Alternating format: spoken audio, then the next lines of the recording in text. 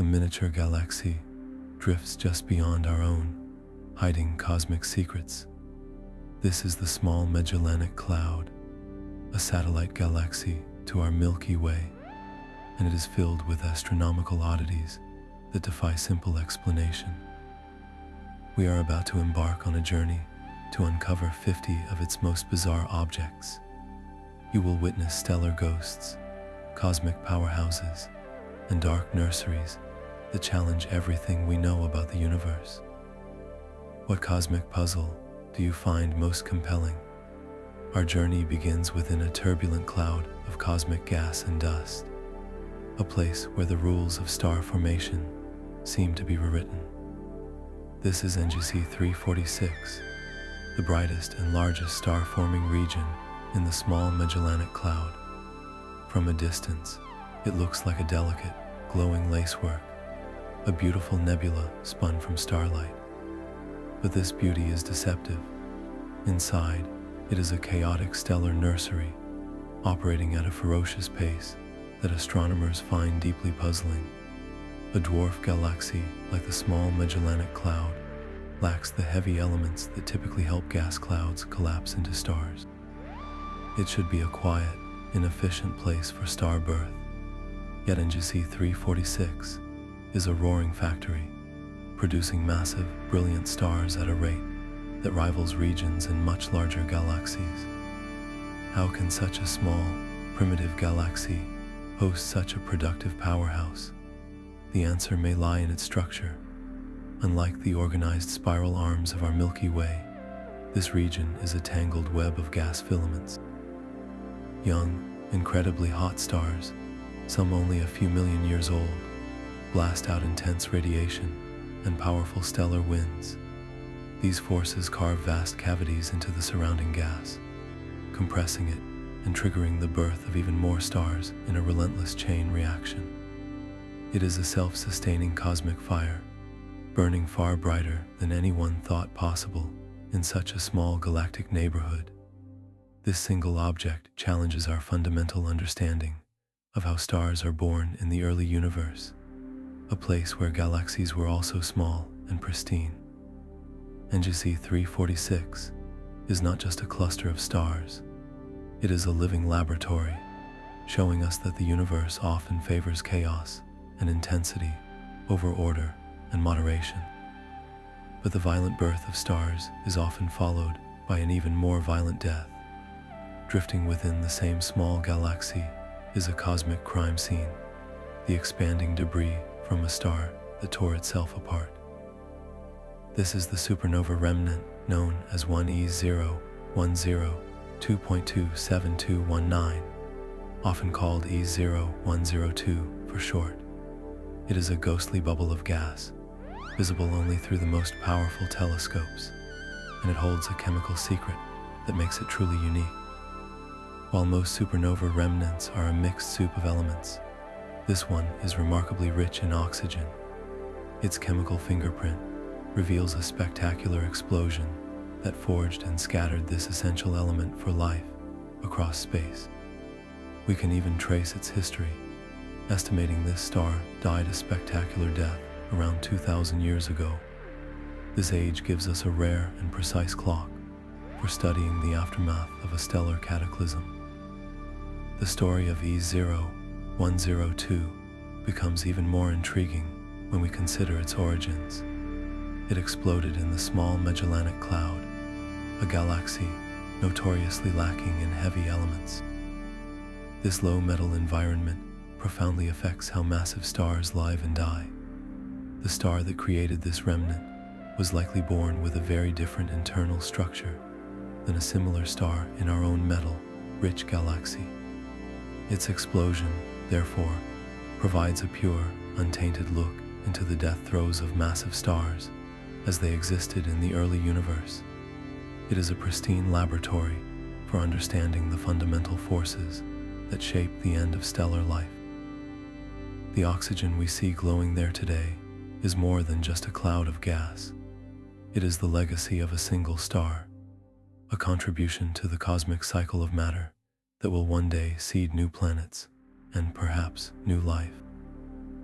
This remnant is a stark reminder that even in death, stars are creators. The creation of new elements is not the only legacy a dying star can leave behind. Sometimes, the corpse itself becomes a cosmic predator. Deep within the Small Magellanic Cloud lies one of the most intense and precisely ticking objects ever discovered, an X-ray source, catalogued as SMC X-1. It is not a single star, but a binary system locked in a deadly gravitational embrace. On one side is a blue supergiant, a massive star many times larger than our own sun. On the other is the super-dense remnant of a supernova, a neutron star. This neutron star is no larger than a city, yet it contains more mass than our entire sun, squeezed into an impossibly small sphere. Its gravity is so intense that it is actively stripping the outer layers of its gigantic companion, pulling a continuous stream of stellar material toward itself. As this gas spirals inward at nearly the speed of light, it forms a searingly hot disk of matter, an accretion disk that glows with the fury of intense X-rays. This is a star being slowly consumed by its own dead neighbor. What makes SMC X-1 truly bizarre, however, is its incredible regularity. The neutron star is a pulsar, spinning on its axis like a frantic lighthouse beam. As it rotates, its beam of X-rays sweeps past our line of sight, creating a pulse that we can detect with our telescopes. The clockwork precision of these pulses is staggering, occurring every 0.71 seconds, with a stability that rivals the most accurate atomic clocks on Earth. This allows astronomers to measure the system's orbital motion with phenomenal precision, tracking the subtle wobbles as the two stars dance around each other. But the system has another twist. The accretion disk feeding the neutron star is not flat. Observations suggest it is warped, bending and wobbling over a cycle of about 60 days. This warping changes how much material falls onto the neutron star, causing long-term brightness variations. It is a dynamic, unstable environment where matter is stretched and heated to extreme temperatures, all governed by the brutal laws of gravity and physics, pushed to their limits. SMC X-1 is more than just a distant light show. It is a natural laboratory for studying matter under conditions we could never recreate on Earth, a place where a teaspoon of material would weigh billions of tons, and where the fabric of space and time is stretched to its breaking point. While the violent binary system, SMC X-1, devours a star, another region of the Small Magellanic Cloud showcases destruction on an even grander scale. A colossal void known as N66, or DM166, spans hundreds of light years, a near-spherical cavity of thin, hot gas surrounded by a brilliant, complex shell. This is a superbubble, a structure so immense its creation required more than just a single supernova.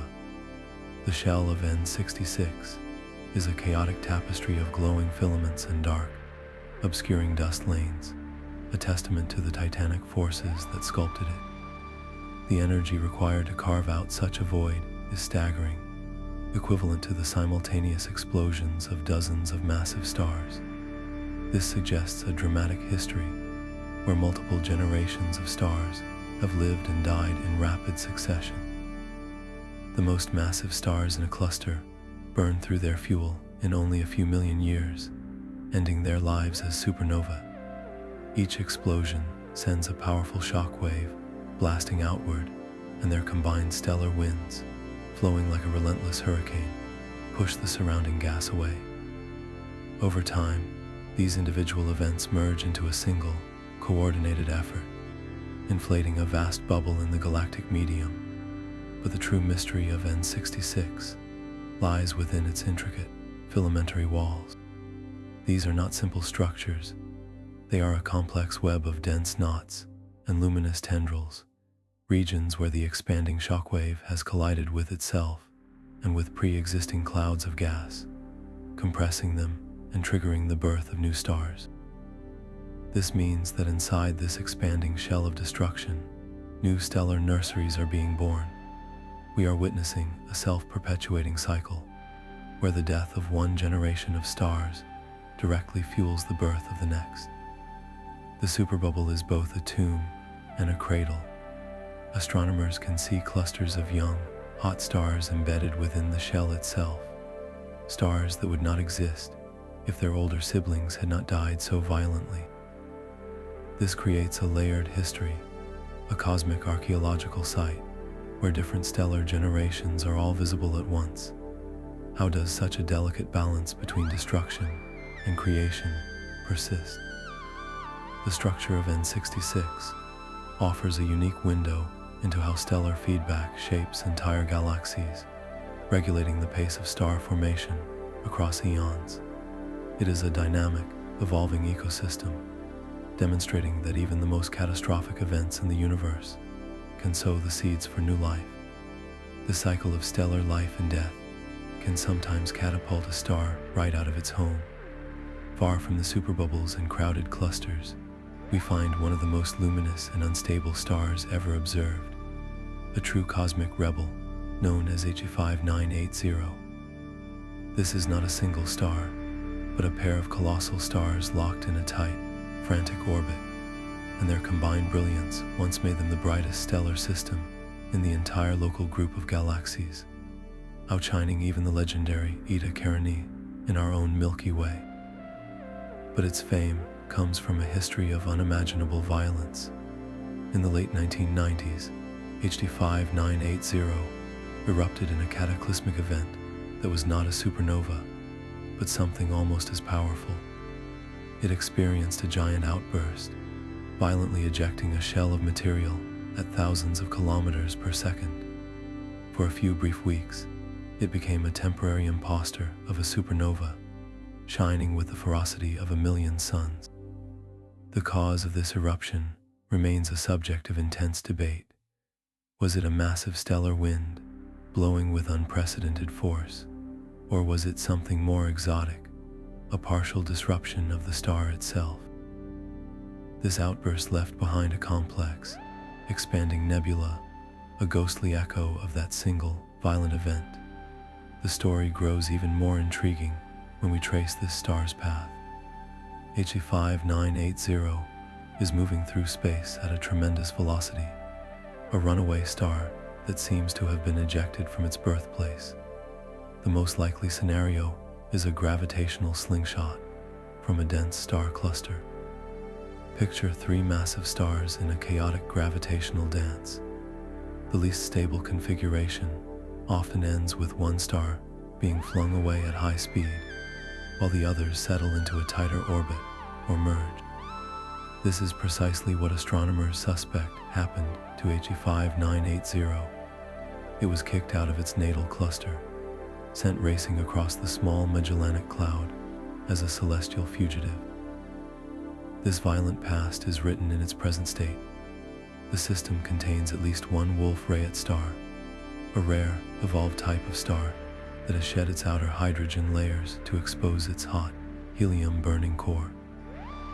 These stars are characterized by incredibly powerful, supersonic winds that blast directly into space.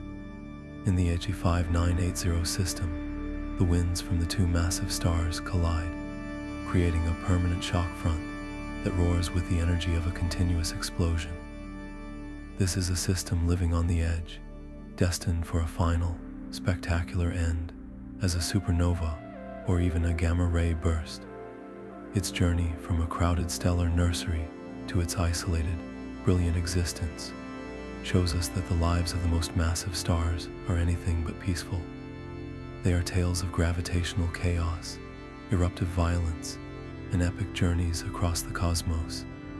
While some stars are violently ejected from their homes, others have remained bound together for nearly the entire history of the universe. Hanging in the outskirts of the Small Magellanic Cloud is the ancient stellar city of NGC 121, a globular cluster that presents a profound cosmic puzzle. This dense, spherical swarm of hundreds of thousands of stars is a relic from the earliest days of the galaxy. Its stars are incredibly old, over 10 billion years, making it a contemporary of the most ancient globular clusters orbiting our own Milky Way. To stand on a hypothetical planet inside NGC 121 would be to witness a night sky ablaze with a continuous, soft glow from countless neighboring suns, all shining with the faint, reddened light of extreme age. This cluster is a time capsule, preserving the chemical composition of the primordial gas from which it formed. Yet, its very existence in the Small Magellanic Cloud is deeply strange. In our Milky Way, we find over 150 of these ancient globular clusters, each a fossil from a violent period of galactic construction. But in the Small Magellanic Cloud, NGC 121 stands almost entirely alone. It is the only globular cluster in its galaxy, with an age that matches the ancient titans of the Milky Way. Where are all the others? This is a central mystery of galactic evolution. Why would one small galaxy produce only a single, grand ancient cluster, while a larger galaxy like ours produced so many? The answer may lie in the turbulent early history of the Small Magellanic Cloud itself. Perhaps it was too small, and its gas too easily disrupted by interactions with other galaxies, to form many stable, dense clusters early on. Maybe most of its potential ancient clusters were torn apart by gravitational tides long ago, and NGC 121 is the sole, lucky survivor. Its solitary nature makes it an invaluable laboratory. By studying its exact age and chemical makeup, astronomers can use it as a single, crucial day, a point to understand the conditions of the early universe in a smaller galactic environment. This one cluster holds the key to questioning our models of how all dwarf galaxies form and evolve. Why did star formation proceed so differently here than in our own galactic backyard? The silent, ancient stars of NGC 121 hold that secret, a reminder that survival against cosmic odds is itself a strange and wondrous phenomenon. This volatility reaches a fever pitch with a star so unstable it defies all categories. R40 is a luminous blue variable, a hypergean of such immense size and luminosity that it exists in a perpetual state of rebellion against its own gravity. It is a star constantly on the verge of tearing itself apart, a cosmic pressure cooker with a very loose lid. For most of its life, it maintains a steady, brilliant blue glow, outshining millions of suns. But this stability is an illusion. Every few decades or so, R40 undergoes a catastrophic transformation.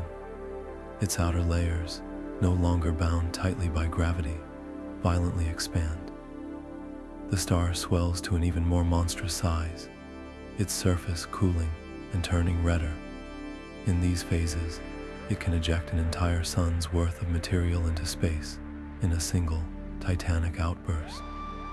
Imagine a star simply shrugging off a portion of its own body, casting it away at incredible speeds. These are not gentle winds, but explosive eruptions that leave behind glowing shells of ejected gas, creating a nested nebula around the star that chronicles its history of violent tantrums. What drives such extreme behavior? The core of R40 is a raging thermonuclear furnace, producing so much energy that the radiation pressure pushing outward nearly overcomes the immense gravity pulling inward. This creates a delicate balance that frequently tips into chaos. The star becomes so luminous that light itself pushes its outer layers into space. This makes luminous blue variables like R40 crucial to understanding the life cycles of the most massive stars. They are thought to be a brief, turbulent phase in the evolution of stars that start their lives with well over 50 times the mass of our Sun. R40 is a preview of a coming cosmic cataclysm. It is a prime candidate to end its life, not with a simple supernova, but with a long-duration gamma ray burst, one of the most energetic events in the universe since the Big Bang. This future explosion would be focused into narrow, powerful jets beaming from its poles, and if one of those jets were pointed at Earth, it would be brighter than any star in the sky, even in broad daylight.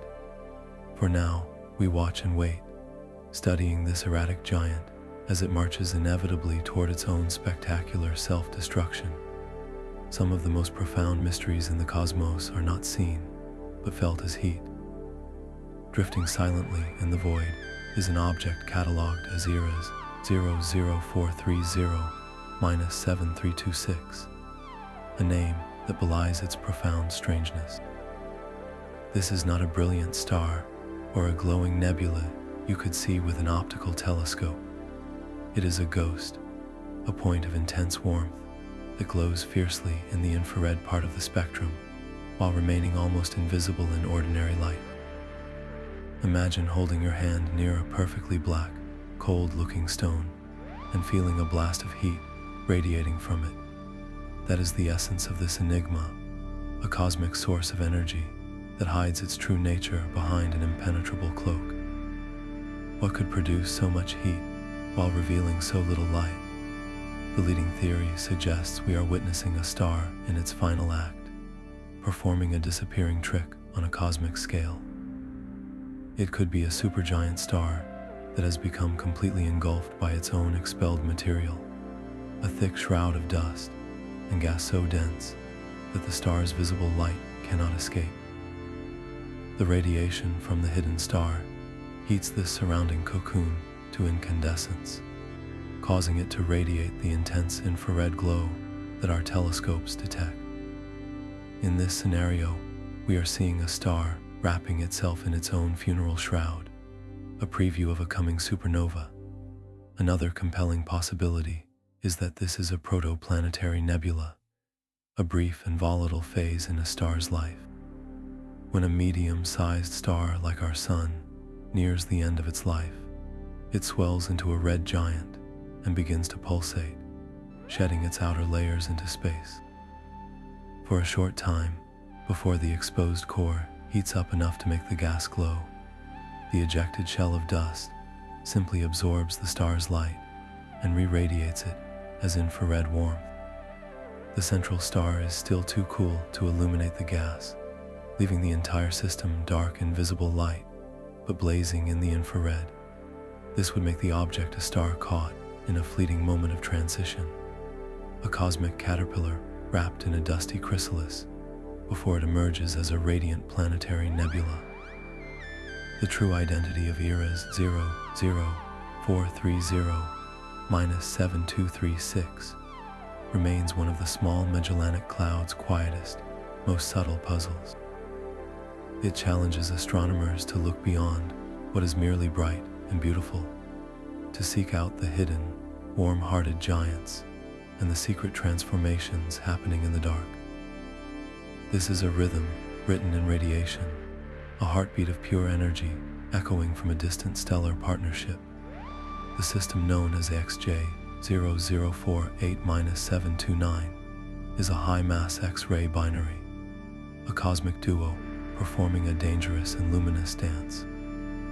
On one side is a B-type star, a hot, rapidly spinning star surrounded by a dense, gaseous disk, like a spinning top wrapped in a shroud of its own expelled material.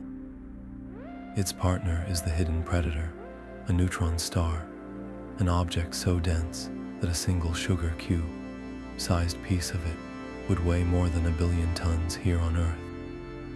This neutron star is not just a silent remnant, it is a pulsar, and its spin creates the system's unmistakable rhythm. The intense gravity of this city-sized corpse relentlessly pulls gas from the B-star's disk. As this stolen matter spirals down onto the neutron star's magnetic poles, it is heated to millions of degrees, erupting in a torrent of X-rays that pulse with the neutron star's rotation. We detect this as a steady, clockwork flicker, a beacon that allows us to measure its spin period with incredible precision. But the true strangeness of this system lies in its unpredictable outburst cycles. For long stretches, the system can be relatively quiet, with only a faint X-ray whisper detectable. Then, without warning, it erupts into a brilliant X-ray flare, increasing its brightness 100-fold. What triggers these violent episodes? The key is the orbit. The neutron star does not circle its companion in a perfect circle, but in a wide, elliptical path. For most of its orbit, it is too far away to steal significant amounts of material, but when it swings in for its closest approach, it plunges straight through the outer regions of the B star's disk. During this brief, intimate passage, the neutron star gorges itself on a sudden feast of gas, triggering the dramatic X-ray outbursts we observe. This creates a celestial cycle of famine and feast, governed by the precise clockwork of orbital mechanics and the chaotic environment of the stellar disk. It is a perfect natural laboratory for studying how matter behaves in the most extreme gravitational fields imaginable, a place where the fabric of space itself is warped by the immense density of a stellar corpse. Even the most beautiful cosmic objects can be chemical oddities. Gently glowing within the sparse galactic landscape is a delicate bubble of gas known as N76, a planetary nebula that marks the final, fleeting breath of a dying star. It appears as a faint, luminous halo, a ghostly echo of a star that once was. Yet its ethereal beauty conceals a deep scientific puzzle written in the very elements that make it glow. Planetary nebulae are the glowing shrouds cast off by stars, like our Sun, in their death throes, and N76 is the brightest such object in the entire Small Magellanic Cloud.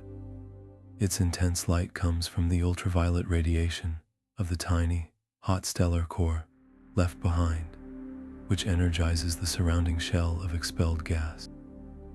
But when astronomers analyze the light from this glowing shroud, they find its chemical fingerprint is profoundly strange. The gas is remarkably rich in elements like oxygen and neon, while being critically poor in others, particularly nitrogen. This unusual imbalance is a direct product of the star's life and the unique environment in which it was born. The star that created N76 lived its entire life in the metal, poor confines of the Small Magellanic Cloud. It formed from primordial gas that lacked the heavy elements forged in generations of earlier stars. This initial lack of metals fundamentally altered the nuclear reactions in its core over billions of years, changing how it cooked elements and ultimately what it expelled into space. The unusual chemical abundances we see today are a fossil record of that internal stellar alchemy. This makes N76 far more than a pretty cosmic shell. It is a pristine laboratory for studying the process of nucleosynthesis, the creation of new elements inside stars. In our own metal-rich Milky Way, the chemical signals in planetary nebulae are often mudded and complex. But here, in the simpler conditions of a dwarf galaxy, the results of these nuclear processes are laid bare. The peculiar chemistry of N76 provides a clear, untainted look at how stars of a certain mass enrich the universe with specific elements. This single, faint object helps calibrate our entire understanding of how galaxies are chemically seeded over cosmic time. It reveals that the very ingredients for future planets and life are manufactured differently depending on the galactic neighborhood. The ghostly glow of N76 is a direct message from a star that lived and died by a different set of rules. Lindsay 113 is a star cluster that should not exist as we know it. Tucked away in the Small Magellanic Cloud, this little known group of stars presents astronomers with a demographic puzzle. Traditional wisdom tells us that star clusters form in a single, brief burst of creation. All the stars in a given cluster should be roughly the same age and possess the same chemical fingerprint, having condensed from the same parent cloud of gas. But Lindsay 113 breaks all the rules. Its stellar population is not uniform. Instead, it contains stars with a surprising spread in their ages and chemical compositions, as if multiple, distinct generations of stars are living together in the same gravitational home. How can a single cluster contain stars born hundreds of millions of years apart? This finding strikes at the heart of how we believe these cosmic families evolve. In a massive globular cluster, the immense gravity can retain gas from the first generation of stars, allowing it to cool, collapse, and form a second wave of new stars. But Lindsay 113 is not massive enough for that. Its gravity is too weak to easily hold onto the violent ejecta from supernova and the powerful winds from massive stars. That gas should have been blown straight out of the cluster, preventing any second active star formation. So what strange mechanism allowed this cluster to defy the odds? One possibility involves the chaotic environment of the dwarf galaxy itself. Perhaps the cluster drifted through a particularly dense filament of gas in the Small Magellanic Cloud, a chance encounter that provided a fresh fuel source for new stars. Maybe the cluster's initial formation was so protracted and messy that it never had a single, clean burst of star birth to begin with. Each star in this cluster is a data point in an unsolved mystery, forcing us to reconsider the life stories of even the smallest stellar cities. The faint, rhythmic pulsing of a star can sometimes betray an unimaginable secret. HV2112 is a variable star in the Small Magellanic Cloud, and its flickering light has ignited one of the most passionate debates in modern astrophysics. At first glance, it appears to be a red supergiant, a vast, cool star nearing the end of its life. But its subtle behavior and its unique chemical fingerprint suggest it might be something far more exotic, a stellar Russian nesting doll of almost science fiction-like proportions. Some astronomers have proposed that HV2112 is the first real-world example of a Thorn-Zitkow object. This theoretical hybrid is a star within a star. The idea is that a red supergiant's tenuous, bloated envelope could envelop a tiny, super-dense neutron star at its very heart. Instead of a thermonuclear furnace, the star's core would be a city-sized cinder of degenerate matter, its immense gravity heating the surrounding gas from the inside out. The observational evidence for this is written in the star's atmosphere. HV2112 shows unusually high abundances of heavy elements like lithium, rubidium, and molybdenum. These are not the typical products of a standard red supergiant's internal fusion. They are, however, precisely the exotic elements that theoretical models predict would be forged in the extreme environment around a neutron star core, where normal nuclear processes are warped by incredible density and intense neutrino flows. This is where the controversy ignites. Other scientists argue that the same chemical signature could be produced by a more conventional, though still rare, type of highly evolved star known as a super-Agb star. These stars also undergo peculiar nuclear burning that can produce similar elemental anomalies. The debate hinges on tiny details in the star's spectrum and its pulsation patterns, details that are incredibly difficult to measure from such a vast distance. Is HV2112 a cosmic unicorn, a never-before-seen class of star? Or is it a brilliant imposter, a rare but known type of star masquerading as something more extraordinary? For now, it remains a profound mystery, a celestial Rorschach test, where astronomers see either a confirmation of a decades-old theory or a challenge to their powers of observation. This single, unassuming point of light forces us to question the very boundaries of what a star can be. A nebula can be a crucible of both creation and destruction, and N83 is a perfect storm of both. This sprawling emission nebula, also known as the Demon Fish Nebula for its sinuous, twisting shape, glows with the fierce light of newborn stars. Its complex structure is a chaotic tapestry woven from dark, obscuring dust lanes and brilliant pink filaments of ionized hydrogen gas. These are not gentle clouds, but a turbulent battlefield where the forces of gravity and radiation are locked in a constant struggle. The entire nebula is being sculpted by a small cluster of incredibly hot, massive stars buried deep within its heart. These stellar infants blast their surroundings with intense ultraviolet radiation, which strips electrons from the hydrogen atoms, causing the vast cloud to fluoresce with that characteristic pink glow. This process carves out vast cavities and compresses the surrounding gas into intricate, glowing walls and pillars. You are looking at a stellar nursery being torn apart by its own children. The dark dust lanes snaking through N83 are not empty voids. They are the densest, coldest parts of the cloud, where the material is thick enough to resist the eroding stellar winds. Within these dark knots, gravity is still at work, pulling together pockets of gas and dust that will one day collapse to form the next generation of stars. This creates a self-regulating cycle, where the death of one part of the cloud gives birth to another. The morphology of N83 is a frozen moment in this epic cycle.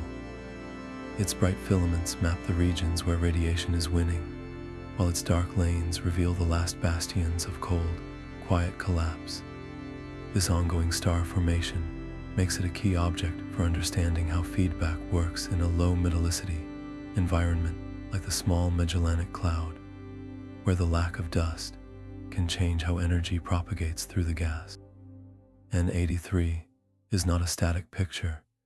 It is a dynamic and evolving ecosystem, demonstrating that even the most beautiful cosmic structures are born from violence. Deep within the faint glow of the Small Magellanic Cloud, a cosmic engine is roaring with an intensity that defies simple explanation.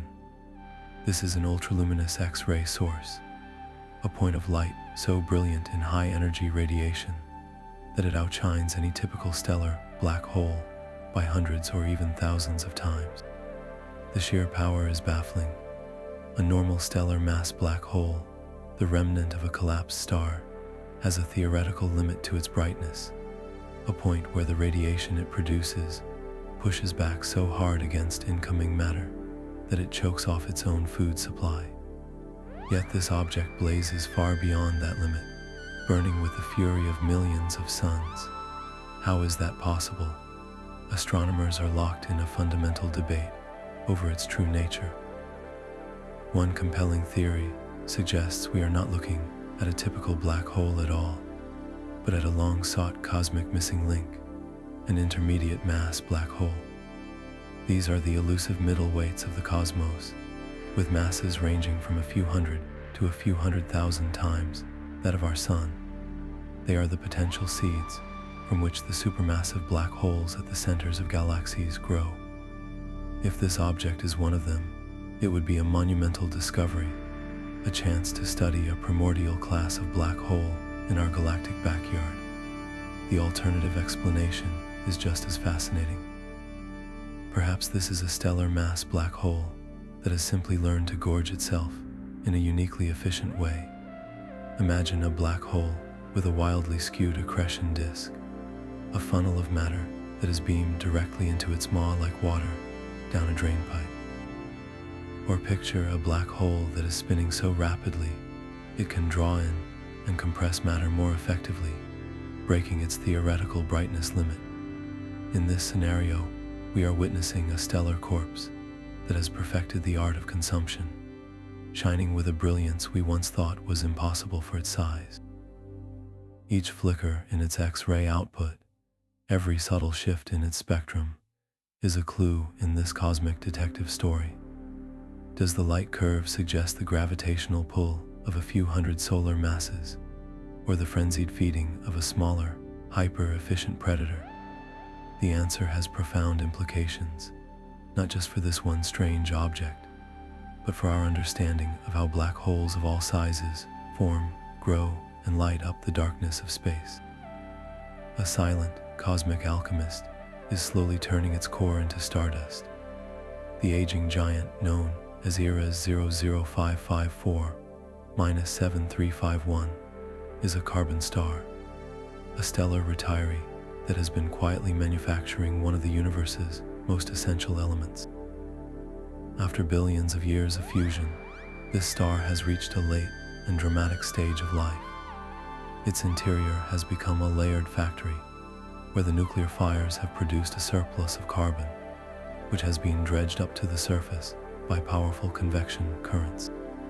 Now, this carbon is being expelled into the cold of space. The star is enveloped in a thick, dark cocoon of its own making, a shroud of carbon compounds and dust that glows warmly in the infrared but blocks much of its visible light from our view. It is a cosmic soot factory, and its production line is a delicate dance of physics. As gas expands away from the star's surface, it cools.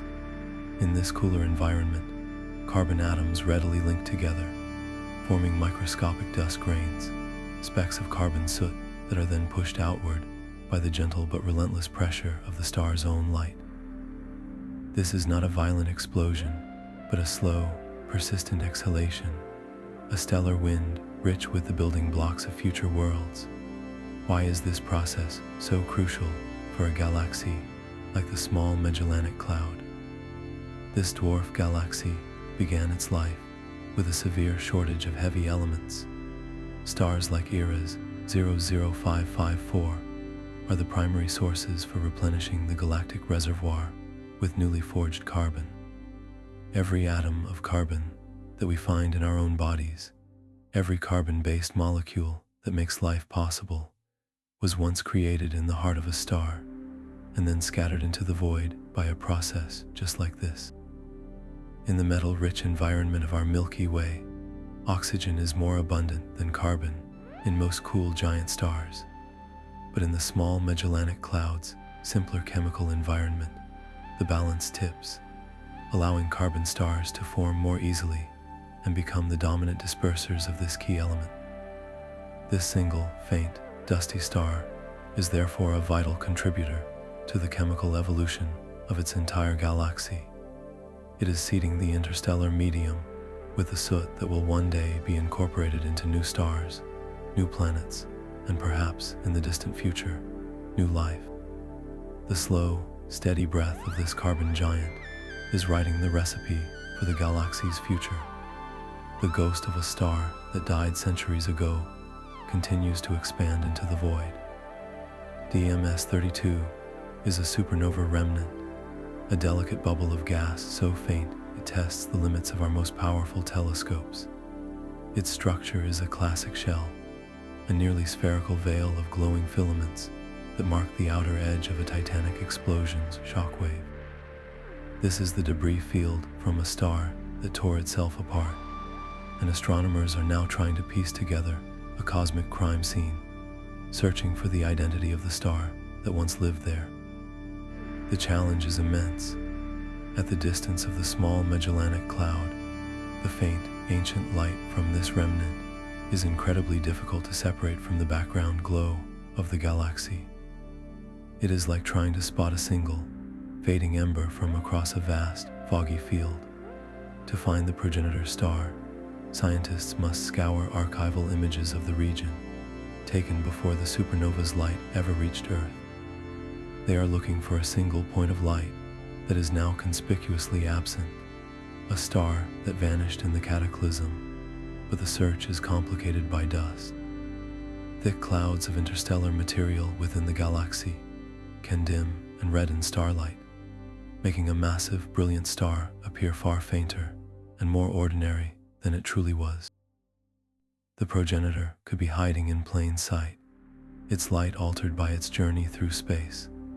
Another possibility is that the star was already deeply enshrouded in its own expelled material before it exploded, a cosmic prelude to its final act. The explosion would have blown this shroud away, meaning the star we see in old images might not have represented its true, unstable nature. Each failed identification forces a reevaluation of our theories. Was it a massive Wolf-Rayet star that had already shed its outer layers, or a more typical red supergiant that collapsed under its own weight? The faint, expanding shell of DM-S32 holds the chemical clues, but its whispers are almost lost across the gulf of space. This quiet remnant reminds us that some of the universe's most dramatic events leave behind only the most subtle and fading signatures. A cosmic clockwork of shadows provides one of the most precise measuring tools in astronomy. The system known as Algol SMC X-1 is an eclipsing binary, a pair of stars that orbit in a plane nearly edge-on from our perspective. As they circle one another, each star periodically passes in front of the other, causing their combined light to dip in a predictable, repeating rhythm. To our telescopes, it looks like a slow, steady blinking, a perfect sinusoidal dance written in starlight. But these eclipses are far more than a simple light show. They are a celestial Rosetta Stone, allowing astronomers to decode the fundamental properties of stars with astonishing accuracy. From the precise shape and depth of each dip in the light curve, scientists can derive the exact sizes of the two stars, their masses, their surface temperatures, and even the tilt of their orbit. It is as if nature has provided a perfectly calibrated laboratory, floating in the void of the Small Magellanic Cloud. This system is so valuable because it serves as a fundamental benchmark. Stellar models are complex computer simulations that describe how stars are born, live, and die, but they need real-world data to test their predictions. The masses and radii measured from Algol SMC X-1 provide that crucial, unassailable data point. When a model predicts what a star of a certain mass and age should look like, astronomers can check it against the real, measured properties of these two stars. Does the model correctly predict the radius of the larger star, given its measured mass? Does it accurately reflect its temperature? If the model and the real data disagree, it means our understanding of the physics inside stars is flawed and needs revision. This single binary system, therefore, acts as a cosmic referee, validating or challenging our most fundamental theories of stellar structure and evolution. Its location in the metal-poor Small Magellanic Cloud makes it even more critical. It tests how well our models, often calibrated with stars from our own metal-rich galaxy, perform in a more primitive chemical environment. The steady, rhythmic blinking of these two distant stars is quietly ensuring that our map of the cosmos is drawn to scale. A vast, nearly perfect sphere of gas is slowly inflating within the galactic expanse. This is the interstellar bubble N51, a structure so immense it could easily swallow entire stellar systems. Its existence is a direct result of pure, unadulterated energy, a testament to the collective power of massive stars. Nestled at its heart is not one, but an entire association of brilliant, hot stars. Each of these giants emits a powerful, continuous stream of charged particles, a stellar wind that flows outward like a relentless hurricane. Individually, these winds would merely stir the local space, but together, they combine into a single, coordinated force, pushing the surrounding interstellar gas outward and sculpting it into a colossal, expanding shell. The bubble is not a static structure, it is a dynamic entity, its thin walls of compressed gas rushing outward into the void. You can think of it as a cosmic snowplow, with the combined stellar winds acting as the blade, sweeping up the sparse material that exists between the stars. As this shell expands, it gathers more and more mass, becoming a dense, luminous ring that glows with the energy of the trapped starlight from within. The true magic of N51, however, happens in its own walls. The expanding shock wave from the bubble's growth does not just move gas, it compresses it. In the intricate, filamentary structure of the shell, pockets of gas and dust are squeezed to the point of collapse. Gravity takes over where the stellar winds leave off, pulling these dense knots together until they ignite into new stars. This is star formation, triggered on a grand scale, a second generation of stars being born directly from the violence of the first. The bubble is both a destroyer and a creator, its destructive expansion simultaneously building the foundation for new solar systems. This process, where the life and death of stars directly govern the birth of their successors, is a fundamental rhythm of galactic evolution.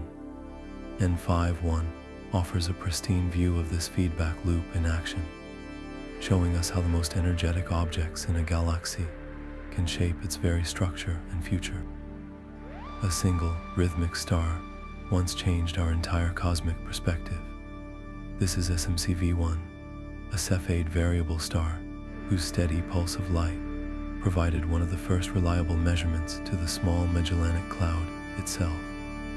Its discovery was a cornerstone of modern astronomy, a key that helped unlock the true scale of the universe.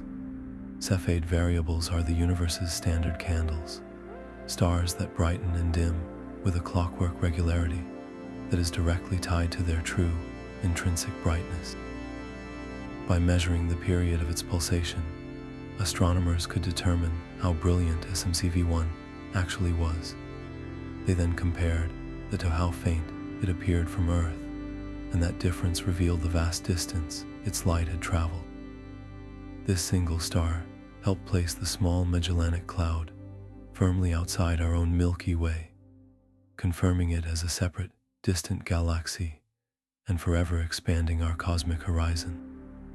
Yet this foundational relationship is not as simple as it first seemed.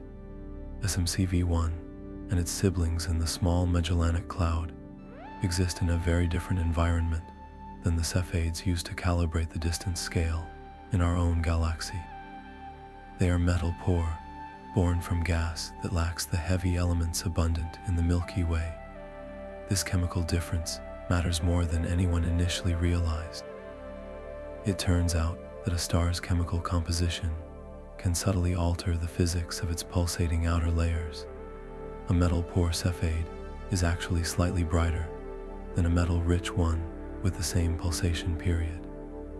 For decades, this small but critical effect went unnoticed, meaning our cosmic distance ladder was built on a slightly wobbly rung. Every time we refine our understanding of this period luminosity relationship by studying stars like SMC V1, we are forced to adjust the measured distances to galaxies across the universe. This, in turn, refines our calculation of the Hubble constant, the rate of the universe's expansion. A tiny correction in the brightness of one type of star in a dwarf galaxy therefore ripples outward, changing our estimate for the age and size of the entire cosmos. The steady, rhythmic blinking of SMC V1 is more than a historical curiosity. It is a constant reminder that our maps of the universe are living documents, always being refined by the subtle, hidden properties of the stars we use as guideposts. Amidst the brilliant nebulae and stellar fireworks, the Small Magellanic Cloud holds vast regions of profound darkness. Object number 20 is not a source of light, but a place where light is stolen, a dense cloud of cosmic dust and cold gas, catalogued as B77. This is a dark nebula, a void painted onto the starry canvas, its silhouette visible only because it blocks the glow of the countless stars behind it. To our telescopes, it appears as a starless patch, an inky black hole in the fabric of the galaxy. But this darkness is not empty. It is a cold, dense reservoir of raw material, a stellar nursery in its deepest, most dormant state. Inside these clouds, temperatures can plummet to just a few degrees above absolute zero, a cold so intense that atoms almost cease to move. This deep chill is the essential ingredient for star birth.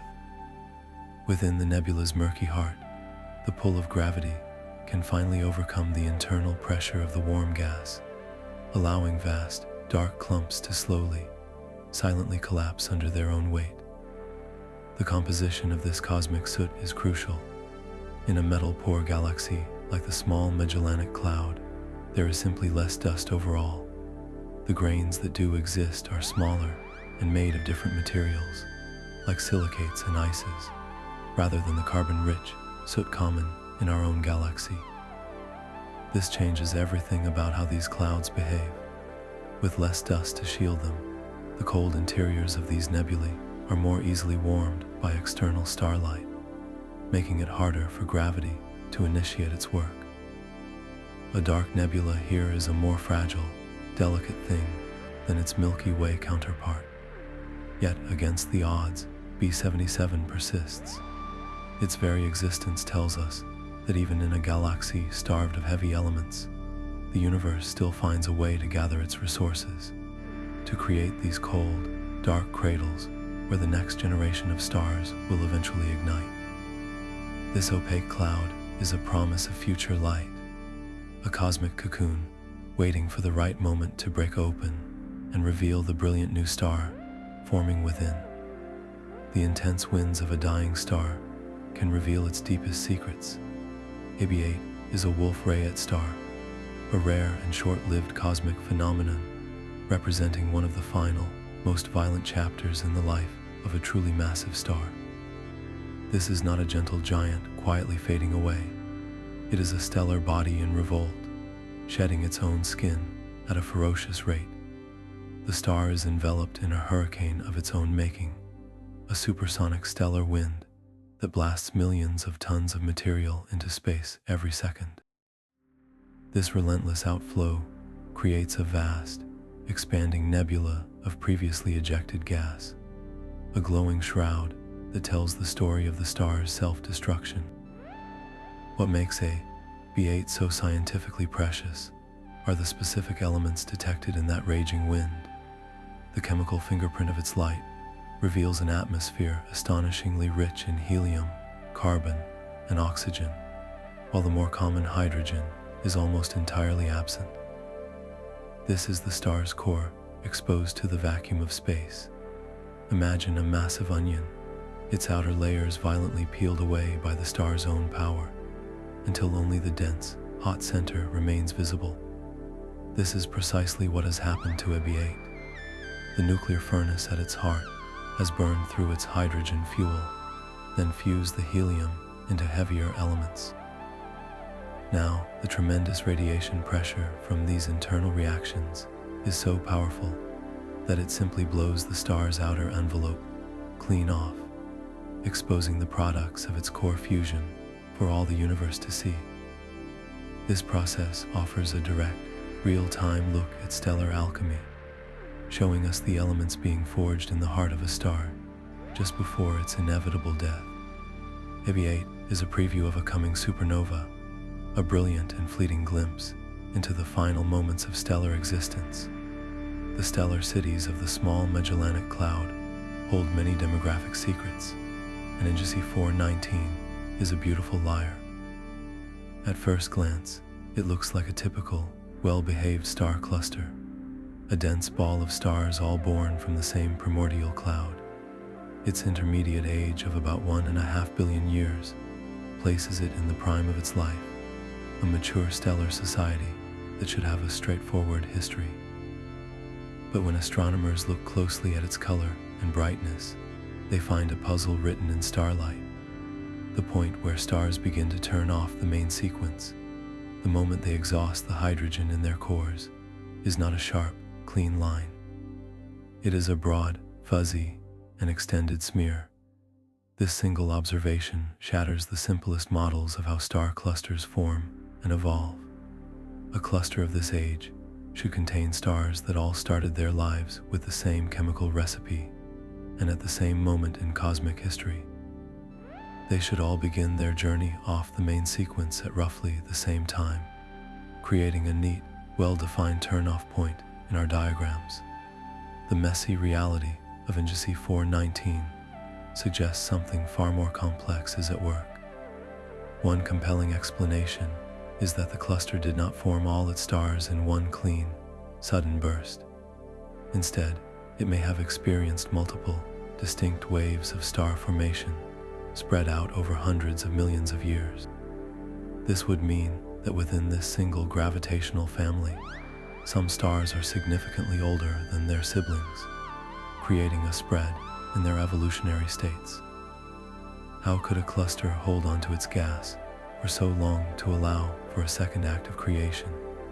The alternative theory is just as fascinating. Perhaps the extended turnoff is not due to age differences at all, but is an illusion created by a vast population of binary stars. In a binary system, two stars orbit each other closely, and their combined light can trick our telescopes. The blended light of a young, bright star and an older, fainter companion could appear as a single star in an unexpected place on our charts, artificially stretching the turn-off point.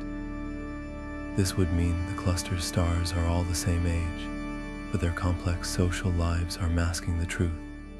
NGC 419 forces us to confront the limitations of our models.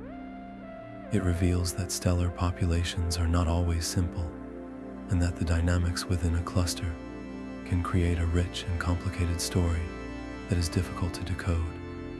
This beautiful, ancient city of stars is a master of disguise, challenging us to look deeper and question our most basic assumptions about stellar life cycles. The quiet, steady rhythm of a red giant can hide a deeply unstable partnership. SMC 3 is a symbiotic star, a celestial odd couple bound together in a relationship of theft and fury. On one side is a cool, bloated red giant, a star in its old age, gently puffing its outer layers into space in a slow, dense stellar wind. Its partner is the opposite in every way, a white dwarf, the Earth-sized, super-dense core of a dead star, still burning with a fierce, hot light. This is not a peaceful coexistence. The white dwarf's intense gravity acts like a cosmic vacuum cleaner, siphoning material directly from the red giant's wind. This stolen gas does not fall gently. It spirals at incredible speeds onto the white dwarf's surface, forming a searingly hot accretion disk. For long periods, this process might be relatively stable, a quiet theft that causes the system to glow with a complex mix of colors, from the red giant's cool red to the white dwarf's hot blue and ultraviolet. But this balance is always temporary. The real drama begins when enough hydrogen-rich gas accumulates on the surface of the white dwarf. The pressure and heat at the base of this stolen layer build to a catastrophic breaking point, triggering a runaway thermonuclear explosion. This is not a supernova that destroys the star, but a smaller, repeating eruption called a nova outburst. The system's brightness can skyrocket by 100 times or more in just a few days. A violent tantrum that blows some of the accumulated material back into space. These outbursts create intricate, ephemeral nebulae around the pair, shells of glowing gas that expand and fade over years or decades. Each eruption is a fresh chapter in a long, cyclical story of accumulation and detonation. The symbiotic nature of SMC3 makes it a unique laboratory. We are watching two stars at completely different stages of life, one dying and one dead, locked in a dance that periodically reignites the corpse. This violent recycling process seeds the surrounding space with newly forged elements, a testament to the fact that even in stellar death, there can be sudden, brilliant, and unpredictable returns to life.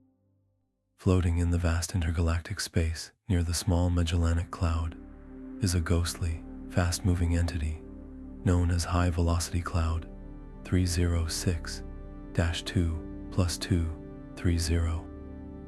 This is not a star or a nebula, but a colossal, diffuse cloud of neutral hydrogen gas, racing through the void at a speed that defies the gentle rotation of the galaxy itself. Its trajectory and velocity are the central clues in a cosmic mystery. Is this cloud a piece of the galaxy's own flesh, torn away in a past gravitational encounter, or is it an ancient, pristine relic from the dawn of time, finally falling into the galactic system for the first time. The evidence for a violent history is compelling. We know the Small Magellanic Cloud and its larger neighbor, the Large Magellanic Cloud, have undergone multiple close passages, their gravitational pulls stretching and distorting each other in a cosmic tug of war. These interactions can pull vast streams of gas right out of a galaxy's grasp, leaving behind orphaned clouds drifting in the intergalactic medium. High velocity Cloud 306-2 plus 230 could be one such piece of debris, a forgotten shrapnel from a long ago collision, still carrying the momentum of that ancient encounter. Its high speed would then be the lingering echo of that gravitational slingshot. Yet, an equally fascinating possibility exists. This cloud might be a fossil, a leftover pocket of the primordial gas that filled the universe after the Big Bang. For billions of years, it could have remained dormant in the dark, empty spaces between galaxies, untouched by the polluting fires of stellar nucleosynthesis. Its composition would be a time capsule, containing only the original hydrogen and helium from the birth of the cosmos, with virtually none of the heavier elements that stars create. If this cloud is now falling into the Small Magellanic Cloud, it represents a late delivery of virgin fuel, a fresh supply of raw material that could one day ignite into a new generation of stars. The debate hinges on subtle chemical fingerprints that are incredibly difficult to measure from such a faint, diffuse object. Detecting even a trace of oxygen or carbon would point to a galactic origin, as these elements are forged only in stars. Finding it to be purely hydrogen and helium would be a monumental discovery, a direct glimpse into the pristine conditions of the early universe. This silent, speeding cloud is therefore more than just a cosmic curiosity. It is a living test of two profound ideas about how galaxies gather their material and how the universe organizes itself over cosmic time. A stellar family is slowly breaking apart, its members scattering into the void. This is NGC 456, an extended stellar association, a sprawling and loosely bound collection of brilliant, young, massive stars. Unlike the dense, crowded core of a globular cluster, this is a far more open and fragile community, a temporary gathering of stellar siblings born from the same vast cloud of gas. Its brightest members are O and B-type stars, the hottest and most luminous stars in the universe, burning with a fierce blue-white intensity. They are the cosmic rock stars, living fast and dying young, and their collective radiation floods the surrounding space with enough energy to light up the nebula from which they form. Yet, despite their power, the gravitational bonds holding this association together are surprisingly weak. From the moment of their birth, these stars have been drifting away from one another, their individual motions slowly but surely overcoming the faint pull of their shared origin. We are witnessing the dissolution of a stellar nursery in real time, a process that unfolds over millions of years. This gentle dispersal is a fundamental part of galactic ecology. Dense star clusters are the nurseries, but it is the dissolving associations like NGC 456 that populate the wider galactic field with stars. Each of these brilliant suns is on a solo journey, destined to live out its short, spectacular life in relative isolation, far from its brothers and sisters. This process explains why the disk of a galaxy is not simply filled with ancient, intact clusters, but is instead sprinkled with a rich variety of stellar loners and binaries. The extended stellar association is the bridge between the crowded cradle and the solitary life. By studying the precise motions and velocities of the stars in NGC 456, astronomers can rewind the cosmic clock, tracing their paths backward to pinpoint their exact birthplace. It is a form of celestial genealogy, revealing the singular cloud that gave rise to this entire scattered family. This slow-motion diaspora ensures that the products of a single, fertile nebula are eventually spread across a vast volume of space, enriching the galaxy with their light, their elements, and their eventual explosive deaths. A delicate spire of cosmic dust reaches out from a brilliant core of newborn stars. This is SMC X-1, a dazzling young star cluster nestled within the glowing embrace of its natal nebula, N90. The Hubble Space Telescope has captured this region in breathtaking detail, revealing a scene of creation so vivid it feels like a stellar nursery caught in the act. What makes this cluster so strange is not just the stars being born, but precisely where that birth is happening. The most intense action is not at the center, but out on the fringes. The cluster's most massive, brilliant stars are positioned like cosmic sculptors at the heart of the nebula. Their fierce radiation and powerful stellar winds act as relentless tools, carving into the surrounding cloud and pushing the gas and dust outward. This process compresses the material at the edges into those long, dark, finger-like pillars.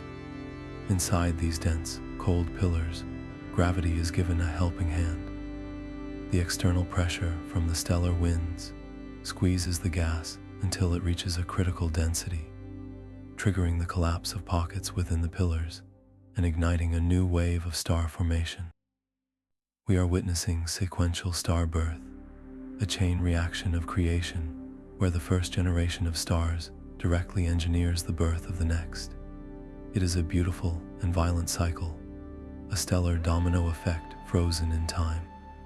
The youngest protostars are visibly embedded in the tips of the dusty pillars, their faint light just beginning to pierce through the opaque cocoons that surround them.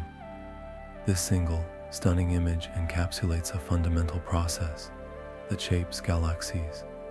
The largest and shortest-lived stars do not just live and die in isolation. They actively orchestrate the formation of their stellar successors, ensuring their legacy continues long after their explosive deaths. SMC X-1 is a perfect cosmic illustration, showing us that destruction and creation are two sides of the same coin, forever linked in the elegant dance of galactic evolution. A star older than our own galaxy holds a chemical secret that rewrites the story of the cosmos. Catalogued as S102549, this ancient sun is a metal-poor star, meaning it contains only a tiny fraction of the heavy elements common in younger stars like our own. It was born from gas that had been seeded by just one or two generations of the very first stars. Yet this stellar fossil has a baffling anomaly. Its atmosphere is remarkably rich in carbon, an element that should be scarce in such a primordial environment. This star is not just old, it is carbon-enhanced, a paradox that forces us to reconsider the very nature of the universe's first supernova. How could such a delicate element be produced in such abundance, so early in cosmic history? The answer lies in the unique deaths of the first stars. These primordial giants were composed almost entirely of hydrogen and helium, and they lived fast, burning at tremendous temperatures before exploding as supernova. Standard models suggest their explosions should have scattered a predictable mix of elements, with very little carbon, but the chemical fingerprint of S102549 tells a different story. It points to a specific type of first star supernova, one where the explosion was relatively faint, and the internal mixing was just right to flood space with carbon before dispersing other, heavier elements like iron. This ancient star is a living relic from that specific explosion, a time capsule preserving the unique recipe of a single, long-dead progenitor. Its existence suggests that the first stellar deaths were not all the same, that some of the universe's earliest factories were specialized, producing specific elemental signatures that would later be locked into the next generation of stars. By studying this one faint point of light, we are effectively reading the last will and testament of a star that died over 13 billion years ago, a testament that reveals a more complex and nuanced dawn of creation than we ever imagined. A supernova remnant can be a ghost with two faces. IK22 presents astronomers with a deeply puzzling duality, a structure that looks completely different depending on the type of light you use to observe it. In radio waves, it appears as a classic spherical shell, a crisp bubble expanding into the void. But when viewed in X-rays, the story changes completely. The center of that same bubble is not dark and empty. It glows with a fierce, concentrated light, a bright core of intense energy that fills the interior. This is a mixed morphology remnant, an object that defies the simple expectation of a hollow, expanding sphere. How can the same cosmic structure present two such contradictory identities? The secret lies in the physics of the shockwave and the environment it is expanding into. The outer radio shell marks the primary blast wave, the leading edge of the explosion as it plows into the cold, thin gas of interstellar space. This collision energizes electrons, causing them to spiral along magnetic field lines and emit the radio waves we detect. It is the remnant skin, the boundary of its influence. The center-filled X-ray glow, however, tells a story of heat trapped inside. One leading theory suggests that the expanding shockwave has swept up a very uneven environment.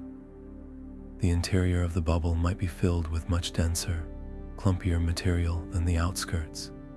When the reverse shock from the explosion rebounds inward, it slams into this dense, central gas, heating it to temperatures of millions of degrees until it glows with X-rays.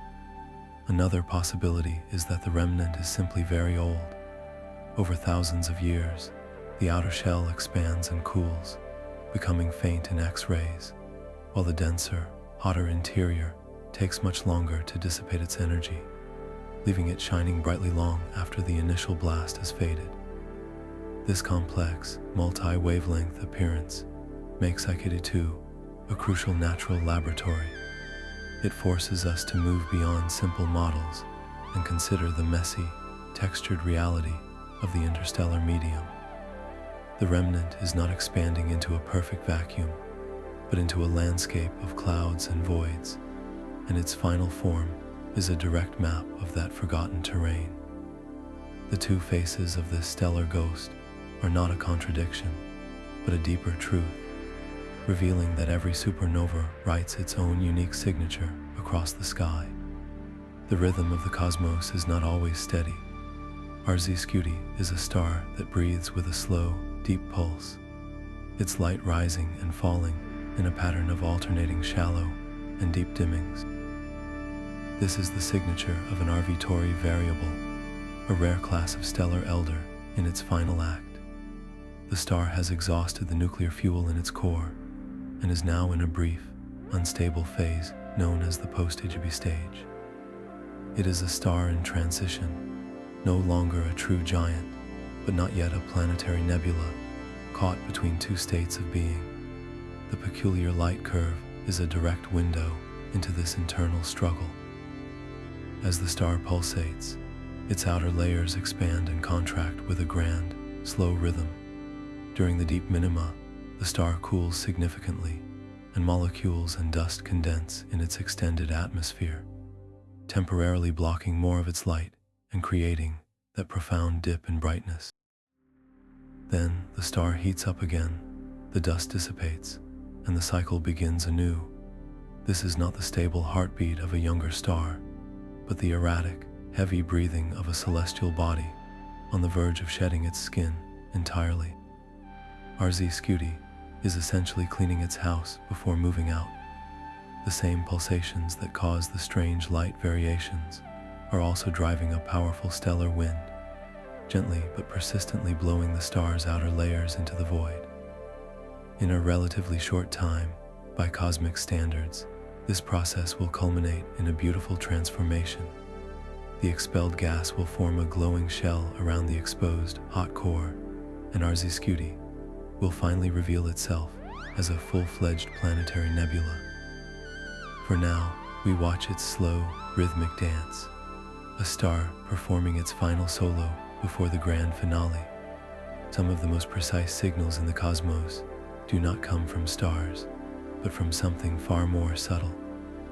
Drifting in the darkness is ERA's 01037 plus 1219, an object that acts as a natural interstellar amplifier, broadcasting its existence not in visible light, but in the pure, specific frequency of a microwave maser. The term maser stands for microwave amplification by stimulated emission of radiation, and it is essentially a natural laser that operates at microwave frequencies. Imagine a cloud of gas in space that does not just glow randomly, but instead focuses its energy into a single, incredibly sharp and powerful beam of microwave light. This happens under very special conditions, typically in the dense, turbulent gas surrounding newly forming stars. Certain molecules, like water or hydroxyl, become energized by the intense radiation from a stellar birth. When these molecules are packed tightly together in a cloud, they can fall into a synchronized dance. One molecule drops in energy level, emitting a photon of a very specific microwave frequency, and that photon then triggers an identical emission from a neighboring molecule, creating a cascading, amplified beam of coherent light. It is a cosmic domino effect of pure energy. The maser associated with ERA's 01037 plus 1219 is a powerful tool for astronomers. Because the beam is so focused and its frequency is so precisely defined, it can be used to measure motions within these dense stellar nurseries with phenomenal accuracy. By observing tiny shifts in the maser's frequency, scientists can track the swirling, chaotic flows of gas as it collapses to form new solar systems. But the true magic of a maser goes beyond mere motion. These beams are also polarized, meaning their light waves vibrate in a specific orientation. As this polarized light travels through the vast magnetic fields that thread the interstellar medium, its orientation is subtly twisted. By measuring this twist, astronomers can map the invisible magnetic fields of the Small Magellanic Cloud. This is a crucial capability, as the strength and structure of a galaxy's magnetic field profoundly influence how gas collapses to form stars and how cosmic rays travel through space. In a metal-poor galaxy like the Small Magellanic Cloud, where dust is scarce, these magnetic fields might play a different, more dominant role in shaping star formation. The faint, precise microwave whisper from this distant source is therefore more than just a cosmic curiosity. It is a finely tuned instrument, allowing us to measure the invisible forces that sculpt the very cradles of stellar life. Even the smallest and faintest star clusters can hold profound mysteries. Bruch 88 is a sparse, unassuming collection of stars, so dim it blends almost seamlessly into the rich stellar tapestry of the Small Magellanic Cloud. For astronomers, this cluster is a lesson in cosmic ambiguity, a perfect example of how difficult it can be to pin down even the most basic facts about distant objects. Determining its exact age and distance has become a surprisingly complex puzzle. The challenge lies in its sparseness. Unlike a dense globular cluster with thousands of stars that provide clear statistical trends, Bruch 88 contains only a handful of stars scattered across a relatively wide area. Trying to measure its properties is like trying to guess the age of a distant family by spotting only a few of its members in a vast, crowded stadium. The light from these few cluster stars is mixed with the light of countless unrelated foreground and background stars belonging to the main body of the Small Magellanic Cloud itself. Is that faint red star a true, ancient member of Bruch 88? Or is it just an old giant star located far behind it in the galaxy? Is that bright, blue object a young, massive member of the cluster, or a foreground star that happens to lie in the same line of sight. Untangling this stellar identity crisis requires painstaking measurements of each star's color, brightness, and motion. The process is further complicated by the unique environment of the Small Magellanic Cloud. The galaxy's low dust content means starlight is not reddened as much as it is in the Milky Way, which is helpful, but its variable distance and complex internal structure add new layers of uncertainty. Different analysis methods can yield wildly different results for Bruck 88's age, with estimates sometimes varying by billions of years. Is it a truly ancient cluster, a fossil from the galaxy's birth, or a more recent, middle-aged association? The answer is written in the faint light of its stars, but the message is blurred, forcing us to acknowledge the limits of our vision and the subtle complexities of the cosmos. The silence between outbursts is as telling as the explosions themselves. SMC X-2 is a transient X-ray pulsar, a neutron star that spends most of its time in a state of quiet hibernation, only to roar to life in unpredictable, brilliant eruptions. For months or even years, it can be a faint, almost insignificant speck in the X-ray sky. Then, without any clear warning, it erupts, becoming one of the brightest X-ray sources in the entire Small Magellanic Cloud, its luminosity soaring by a factor of 1,000 in a matter of days.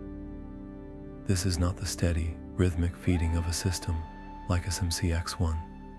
This is a cosmic binge, a sudden and voracious feast. The engine of this violence is the neutron star's immense gravity, but its food supply is controlled by its companion, a massive but relatively ordinary star. This companion does not constantly feed the pulsar.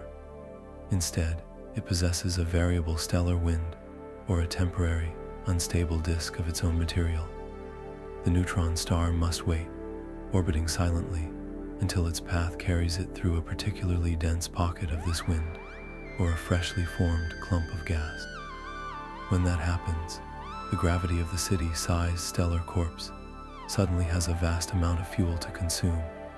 Matter is ripped from the companion and channeled along fierce magnetic field lines, slamming onto the neutron star's magnetic poles at nearly the speed of light. The energy released in this sudden, focused infall is staggering, heating the impact zones to tens of millions of degrees and creating the blinding X-ray flashes we see as pulses. Each flicker is a direct measurement of the neutron star's frantic spin, a beacon from the edge of oblivion. The transient nature of SMC X-2 reveals a hidden population of dormant neutron stars scattered throughout the galaxy. These silent predators are everywhere, orbiting their companions in darkness, waiting for the chance encounter with a passing cloud of gas that will trigger their awakening.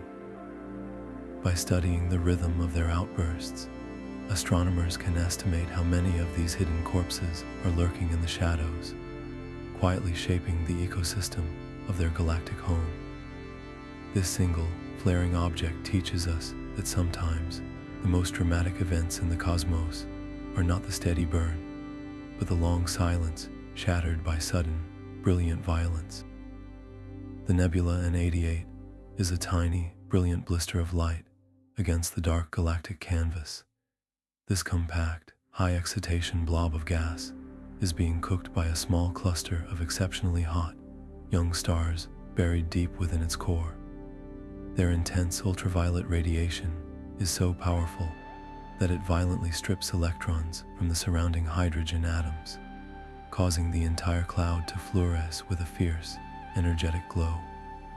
It is a pressure cooker of pure light, a tiny laboratory for some of the most fundamental processes in the universe. What makes N88 so valuable to astronomers is its simplicity and its location. Unlike the vast, complex nebulae we often see, this one is small and relatively isolated, giving scientists a cleaner view of the physics at work. It acts as a perfect testbed for studying regions known as photodissociation fronts. These are the turbulent boundaries where the harsh light from the stars meets the cold, molecular gas of the surrounding cloud. At this frontier, the ultraviolet photons do more than just ionize atoms. They break apart the fragile molecules that have managed to form in the darkness. It is a battle zone between light and chemistry, and N88 lets us watch that battle unfold in exquisite detail. The entire system is made even more revealing by its home in the metal-poor Small Magellanic Cloud. With less dust and fewer heavy elements to get in the way, the radiation from the central stars penetrates more deeply and interacts more directly with the gas. This gives us a clearer picture of how ionized hydrogen behaves in an environment that mirrors the conditions of the early universe, when all galaxies were young and chemically simple. In this tiny, glowing blob, we are witnessing the raw, unfiltered power of starlight as it sculpts and transforms the raw material of the cosmos. A red supergiant should be a predictable, steady beacon in its final million years of life, but M2002, SMC 055188, is anything but predictable.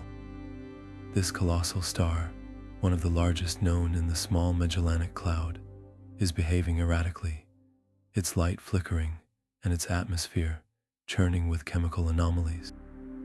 Its spectrum, the unique fingerprint of its light, reveals a star in deep turmoil, with strange emission lines and unexpected dips that suggest violent activity just beneath its tenuous surface. This is not the quiet fading of an elderly star, but the frantic, unstable throes of a celestial giant on the very brink of catastrophe. What does it mean when a star begins to lose its composure so dramatically? The unusual spectral features point to immense convective cells, like boiling bubbles larger than our entire solar system, rising from the star's deep interior and bursting at the surface. These are not the gentle currents of a simmering pot, but titanic upheavals that toss material from the nuclear burning core all the way out into the star's extended atmosphere. This constant churning brings up freshly forged elements, distorting the star's spectral signature and creating a chemical profile that is deeply puzzling to astronomers. The star's variability adds another layer of mystery. Its brightness does not change with the regular rhythm of a pulsating variable. Instead, it flickers unpredictably, as if the star's entire energy output is becoming unstable. This could be a sign that the fusion processes in its core are becoming inefficient, struggling to support the star's immense weight against the relentless pull of gravity. The balance is tipping, and the star is responding with these frantic, last-ditch efforts to stabilize itself. All evidence suggests that M2002, SMC 055188, is in a brief, volatile phase that may last only a few thousand years, a mere blink in cosmic time. It is likely a candidate for a Type II supernova, a core collapse explosion that will tear the star apart and flood its surroundings with newly synthesized elements. We are essentially watching a ticking time bomb, a star counting down its final moments. Every flicker, every anomalous line in its spectrum is a clue to the final, furious chapter of stellar evolution, a rare chance to understand what happens in the heart of a giant just before it dies. A newborn star's first act is often to destroy its own cradle. DM143 is a brilliant tapestry of ionized hydrogen, an immense H-Roman II region where the fierce glow of stellar infancy illuminates a landscape of creation and chaos. This is not a gentle nursery, but a battlefield where radiation and gravity are locked in a constant, dramatic struggle. At the heart of this glowing complex, a cluster of massive O-type stars has recently ignited, each one burning with a ferocious blue-white intensity. These stellar infants are the architects of their own environment, blasting their surroundings with an unimaginable flood of ultraviolet photons. This intense radiation is the engine of the nebula's beauty, and its inevitable destruction. The energy strips electrons from the vast clouds of hydrogen gas, causing the entire region to fluoresce with that characteristic pink-red glow, a beacon visible across the galactic distance. But this same process, known as stellar feedback, is a double-edged sword. The relentless stellar winds and radiation pressure physically push against the surrounding gas, carving out vast cavities and sculpting the nebula into intricate pillars and curved walls. You are witnessing the erosion of a cosmic coastline by a hurricane of light. The most massive stars within DM-143 are the most destructive. Their powerful winds collide with the slower moving gas of the nebula, creating violent shock fronts that heat the material to millions of degrees. These shocks compress the gas into thin, bright shells and trigger turbulent motions that ripple through the entire cloud complex. This feedback effect regulates the very process of star formation. By dispersing the natal gas, it prevents too many new stars from forming too quickly, effectively limiting the size of the stellar family that can be born there.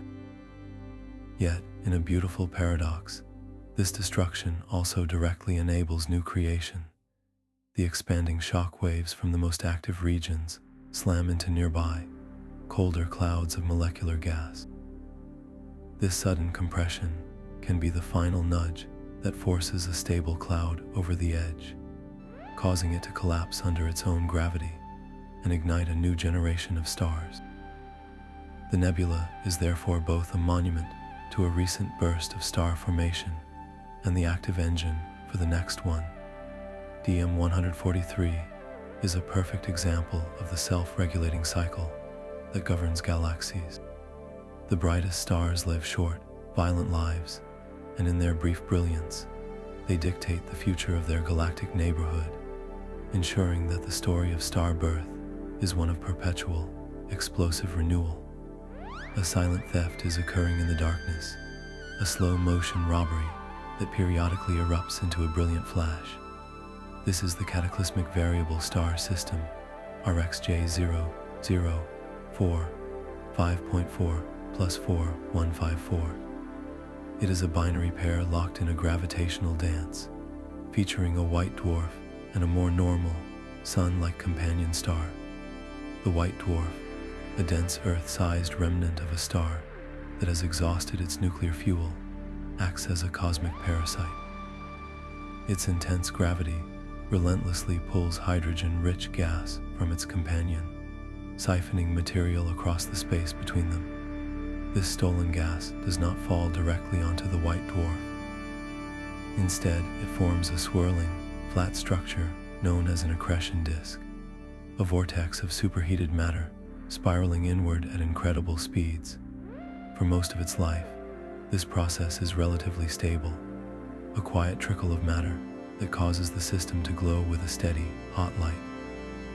But stability in such a violent environment is always temporary. The real drama unfolds when the accretion disk itself becomes unstable.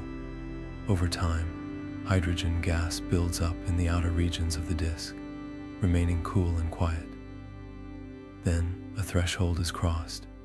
A process called a thermal instability ignites, turning the cool gas suddenly and violently hot. This heat ripples through the entire disk like a wave, causing it to brighten dramatically in a matter of hours. What was a quiet trickle of infalling matter becomes a torrent, a sudden dump of material onto the surface of the white dwarf. This event is a dwarf nova outburst, and from our perspective, the system's brightness can increase by 100 times in just a single day.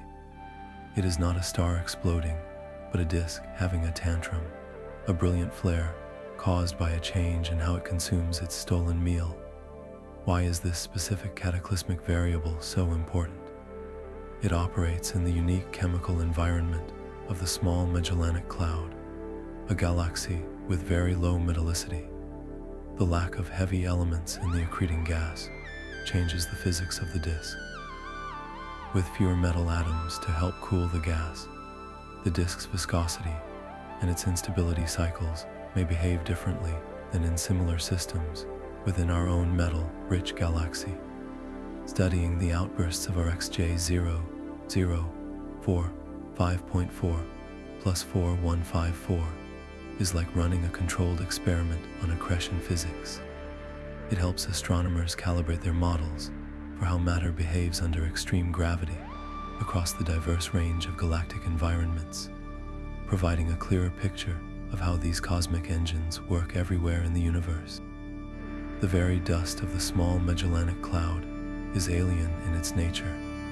Drifting through the expanse of SMC X-1 is a vast cloud of interstellar dust, but its particles are not the familiar grime of our own galactic neighborhood. This dust is a product of its environment, forged in a universe of scarcity.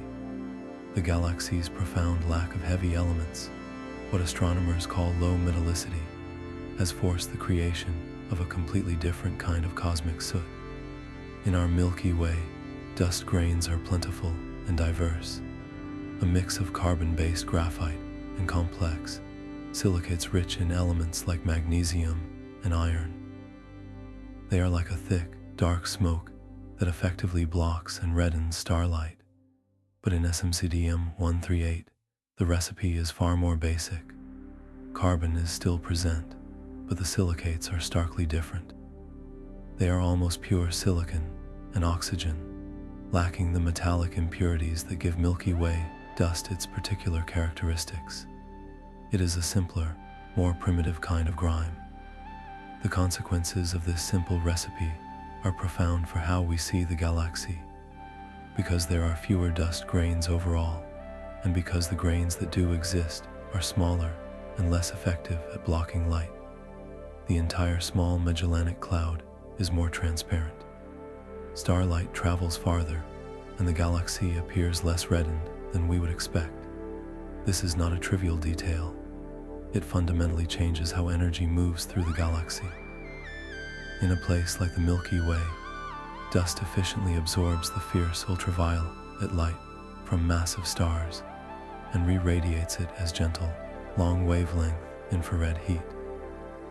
It acts as a cosmic coolant, but in SMC X-1 that process is far less efficient.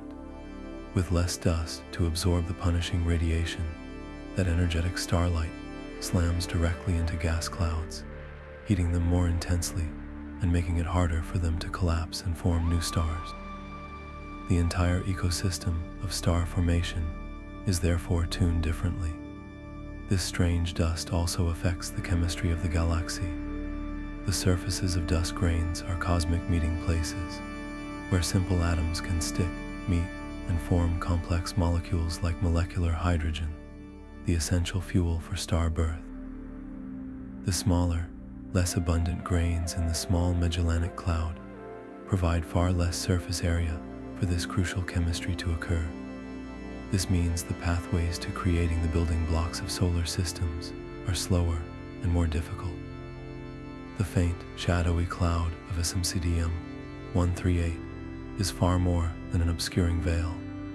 It is a physical record of the galaxy's entire chemical history, a demonstration that even the most basic ingredients of the cosmos can be assembled in profoundly different ways, shaping the destiny of everything that forms within it. The gravitational architecture of a star cluster is not set in stone from the moment of its birth. NGC 265 is a brilliant, young, and massive cluster, a dense city of stars where the forces of nature are actively reshaping its internal structure.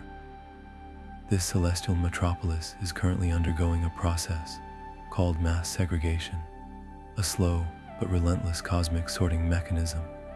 The most massive, luminous stars, which initially formed scattered throughout the cluster, are gradually sinking toward the gravitational center, while their lighter, less massive siblings are being pushed out toward the outskirts. It is as if the celestial city is rearranging itself, with the skyscrapers migrating to the downtown core and the smaller houses drifting to the suburbs. This occurs through a series of gravitational interactions, a stellar game of billiards where the heaviest stars lose kinetic energy and fall inward, while the lighter stars gain energy and move to wider orbits. This process has profound implications for the cluster's ultimate fate. The concentration of massive stars in the core creates a volatile environment. These stellar giants live fast and die young, and when they explode as supernova in such a densely packed region, the resulting blasts can violently expel the very gas that binds the cluster together. This can strip the cluster of its gravitational glue, hastening its dissolution. Furthermore, the crowded core becomes a breeding ground for intense dynamical interactions, including stellar collisions and the possible formation of binary black holes. These events can either further bind the cluster's core or, paradoxically, fling stars out with such force that the entire structure unravels. NGC 265 represents a snapshot of this dynamic evolution. Its current state of mass segregation is a clock ticking down toward one of two futures. It could eventually settle into a stable, ancient globular cluster, its massive stars long gone, leaving behind a serene population of long-lived, smaller stars. Or the coming violence in its core could prove too disruptive, causing the cluster to slowly disintegrate, its stars scattering into the galactic field to live out their lives in isolation. The fate of this stellar city is being decided right now by the silent, relentless pull of gravity. Some signals from the void are pure questions, offering no easy answers. Drifting in the radiostatic of the Small Magellanic Cloud is a pinpoint of intense energy known as SMC J 004547-730256. It is a brilliant beacon in the radio part of the spectrum, a steady broadcast from the darkness. Yet when astronomers point their optical telescopes toward its exact coordinates, they find nothing but empty space. Turning X-ray observatories toward it reveals the same profound silence. This object is a ghost in the machine, a voice that speaks in only one wavelength. What kind of cosmic entity can shout so loudly in radio waves while remaining completely invisible in every other form of light?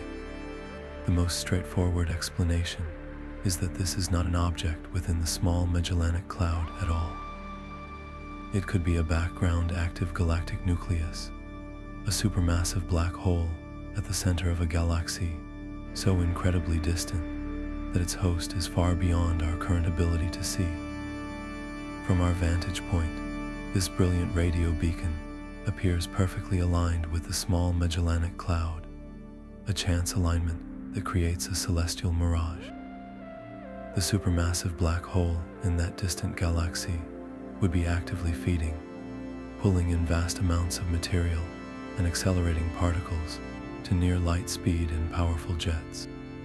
Those jets would be the source of the intense radio emission we detect, while the galaxy itself is too far and faint for our optical telescopes to pick up. It is a lighthouse on a distant, foggy shore, its brilliant beam reaching us clearly, while the structure of the lighthouse itself remains lost in the gloom. However, the possibility remains that this signal is something far more exotic and much closer to home. What if it is an object hidden deep within the Small Magellanic Cloud itself, but one that is so heavily obscured it has never been seen? Imagine a stellar system shrouded in a cocoon of dust so thick and cold that no visible light can escape. Inside that darkness could be a powerful engine, perhaps a microquasar, a stellar mass black hole feeding from a companion star. The energy from that feeding could be channeled into narrow radio jets that punch through the obscuring material, while all other wavelengths of light are completely absorbed by the impenetrable shroud. It would be like seeing the glow from a welder's torch through a solid brick wall, the energy finding the only possible escape route. The very nature of this object challenges the limits of multi-wavelength astronomy. Its existence reminds us that the universe is full of specialized phenomena, objects that reveal themselves only when we learn to listen on their specific frequency.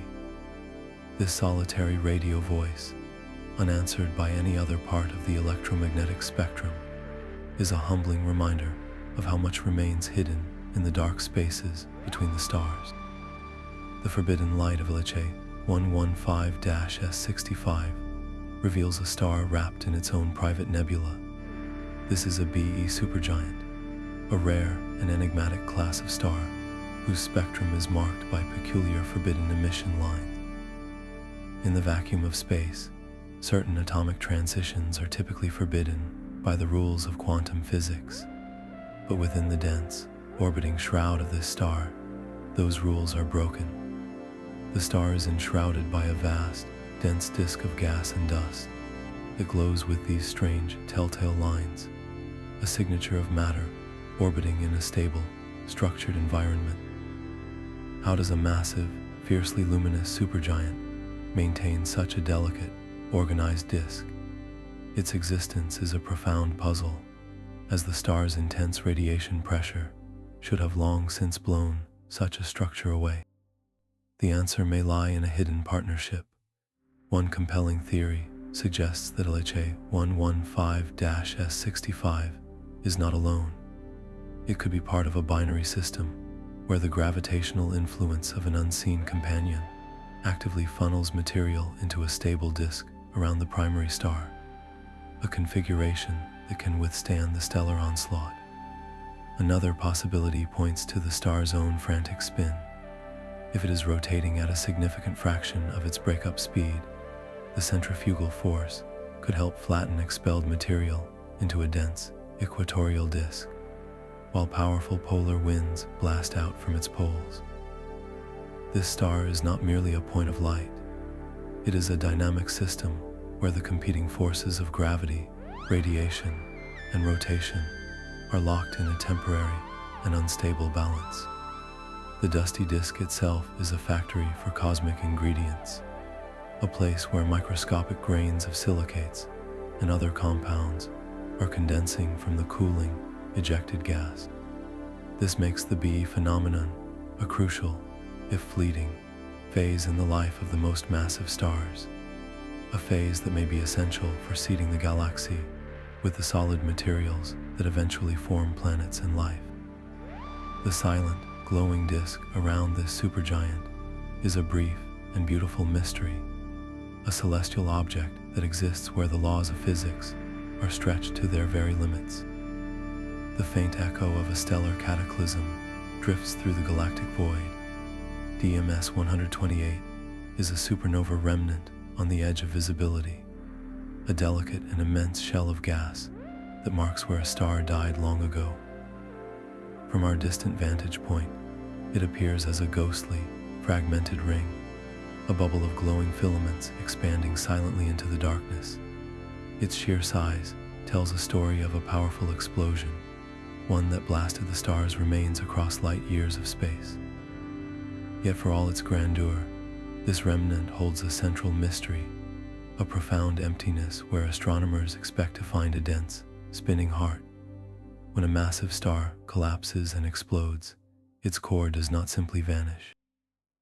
It should leave behind a compact object, a neutron star, or perhaps a black hole, the hyper-dense corpse of the progenitor star. For DMS 128, that central object is conspicuously missing. This absence has sparked a meticulous search, a cosmic hunt for the remnant's hidden engine.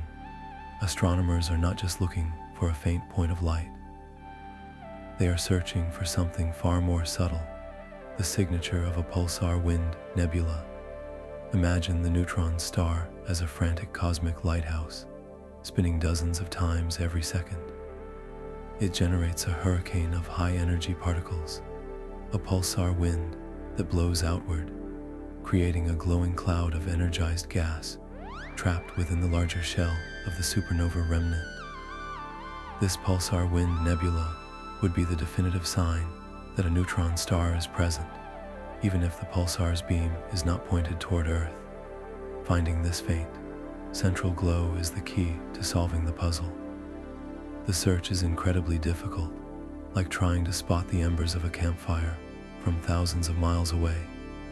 The instruments must peer through the faint, scattered light of the expanding shell itself, looking for a small, bright knot of X-ray or radio emission right at the remnant's geometric center. Every observation that comes back empty forces a reevaluation of the original explosion. Was the star's collapse so complete that it formed a black hole that now sits in utter silence, accreting no material and thus emitting no light? Or did the explosion impart a tremendous kick, catapulting the newborn neutron star out of the remnant at hundreds of kilometers per second, leaving the expanding shell behind as a tomb without a body? The quiet center of DMS 128 is a profound question written across the sky, a reminder that the aftermath of stellar death is as complex and mysterious as life itself. A star cluster's light can hide a tangled history written in its color and brightness. NGC 290 appears as a simple, glittering swarm of stars, a family born from a single cloud of gas. But when astronomers translate its starlight into a color magnitude diagram, a fundamental tool for understanding stellar evolution, the plot thickens dramatically. This diagram is supposed to be a clean, organized chart, a snapshot of a population of stars all born at the same time from the same ingredients. For a cluster like NGC 290, the data should show a crisp, narrow band where stars are still burning hydrogen in their cores, with a sharp turn-off point where the more massive stars have exhausted their fuel and begun their departure. The reality is far messier. The turn-off point is not a sharp line, but a broad, fuzzy smudge, as if someone dragged a brush across the diagram. This blurring is the central anomaly, the clue that NGC 290's story is not straightforward. Two compelling explanations compete to solve this puzzle. The first suggests that the cluster did not form in one clean, sudden burst. Instead, it may have experienced multiple, distinct waves of star formation, spread over a period of several 100 million years. This would mean that within this single gravitational family, some stars are significantly older than their siblings. The turn-off point is smeared because stars from different generations are leaving the main sequence at different times, all present in the same cluster today. How could a cluster hold onto its gas for so long to allow for a second act of creation? Its gravity may have been just strong enough to trap the supernova-enriched winds from its first generation, providing the fuel for a new round of star birth long after the initial burst. The second, equally fascinating possibility is that the extended turn-off is an illusion created by a vast population of binary stars. In a binary system, two stars orbit each other closely. The light we measure from that point in the sky is the combined glow of both stars. This blending can create a phantom star that appears brighter and redder or fainter and bluer than it truly is, tricking our telescopes into placing it in the wrong part of the diagram. A star that should be on the clean turn-off point might instead appear far from it because its light is mixed with that of a companion, artificially stretching and blurring the entire evolutionary sequence. So, is the anomaly due to a real age spread, or is it a trick of stellar companionship? The answer is critical, as it changes the entire narrative of the cluster's life. If it is an age spread, then our models of how star clusters form in dwarf galaxies need a major revision, accounting for a more prolonged and messy birth process. If it is binaries, then NGC 290 is a reminder of how the complex social lives of stars can obscure the very history we are trying to read. This beautiful cluster is a master of disguise, its true age locked away behind a veil of ambiguous starlight. The star known as LAN 198 refuses to follow any script. For decades, its light has flickered with a slow, irregular rhythm that defies easy classification, hovering in a strange limbo between two known types of stellar behavior. It has the telltale signature of a symbiotic star, a binary system where a hot, dense white dwarf orbits a cool, bloated red giant. But its outbursts are too slow and its spectrum is too complex, showing emission lines that hint at processes far more exotic than a simple stellar partnership. It behaves at times like a slow nova, a system building toward a cataclysmic eruption, yet it never quite delivers the brilliant flash that would solve the mystery. This star is a cosmic chameleon, its true nature obscured by its unpredictable and languid changes. What could cause such drawn-out and irregular variations? The heart of the puzzle lies in the transfer of matter between the two stars. The red giant continuously exhales a slow, dense wind of its own material into space. The white dwarf, with its immense gravity, siphons this gas, pulling it into a vast, swirling accretion disk around itself. In a typical symbiotic star, this process causes predictable flickers and flares. But in LAN 198, the flow of matter seems to be unstable and clumpy. The red giant might be pulsating, its winds strengthening and weakening over long cycles. Or the accretion disk around the white dwarf could be unstable, sometimes storing mass quietly for years before suddenly dumping a large amount onto the stellar surface in a minor eruption. Each of these small eruptions would heat the disk and the surrounding gas, causing the system to brighten significantly for months or even years before slowly fading back to its quiescent state. This creates a light curve that looks less like a series of explosions and more like the slow, deep breathing of a sleeping giant. The star's spectrum adds another layer of intrigue, showing not just the expected elements, but also unusual forbidden lines that indicate low-density gas glowing far from the stars themselves. This suggests the presence of a large, faint nebula surrounding the entire system, a fossil cloud from a much larger eruption that occurred centuries or millennia ago.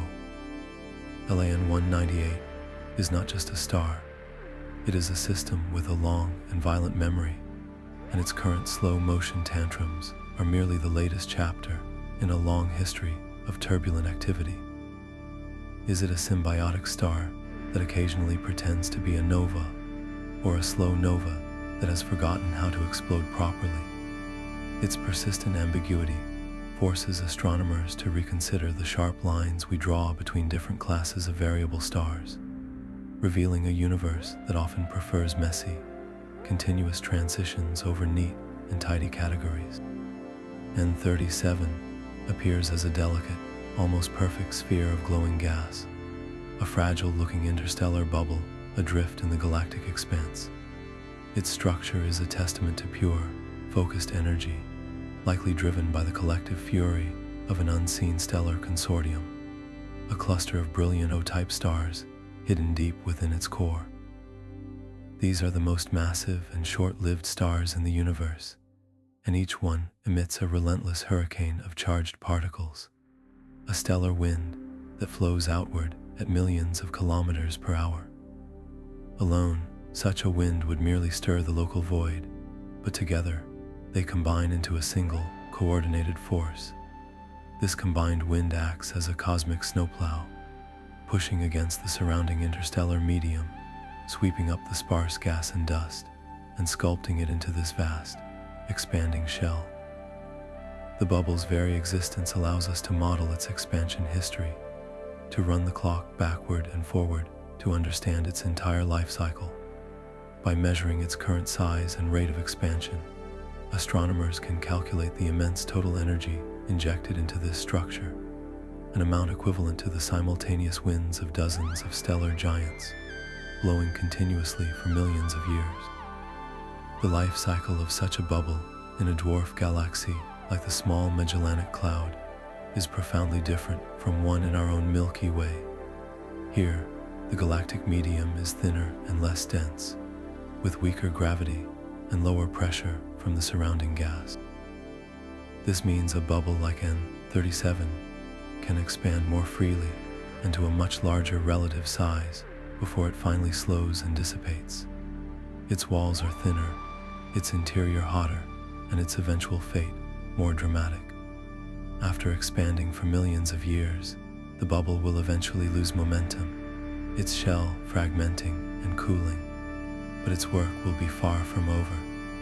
The compressed gas in its walls, seeded with heavy elements from the central stars that are now long dead, will become the prime material for the next round of star formation.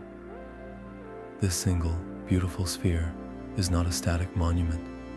It is a dynamic, temporary structure in a continuous cycle, a cosmic breath that exhales the old to make way for the new, demonstrating how the most energetic stars shape the destiny of their entire galactic neighborhood. A delicate cosmic butterfly spreads its carbon-rich wings across the darkness. This is SMC X-1, a planetary nebula that glows with the distinctive light of soot. Its intricate structure, a fossilized record of a star's final, gentle exhalation. In its last act, the star at the heart of this nebula did something profound. It transformed a significant portion of its own mass into solid carbon dust, expelling it into space in a series of complex, layered outflows. The nebula's morphology is not a simple sphere, but a bipolar structure, with two lobes of gas expanding away from a pinched central waist. This shape is a direct clue to the mechanics of the star's death. It suggests that the progenitor star was not alone, but was likely part of a binary system. The gravitational influence of a companion star could have funneled the dying star's expelled material into two opposing jets, sculpting the beautiful bipolar form we see today. Alternatively, the star's own rapid rotation and powerful magnetic fields might have focused its final breaths into these polar outflows.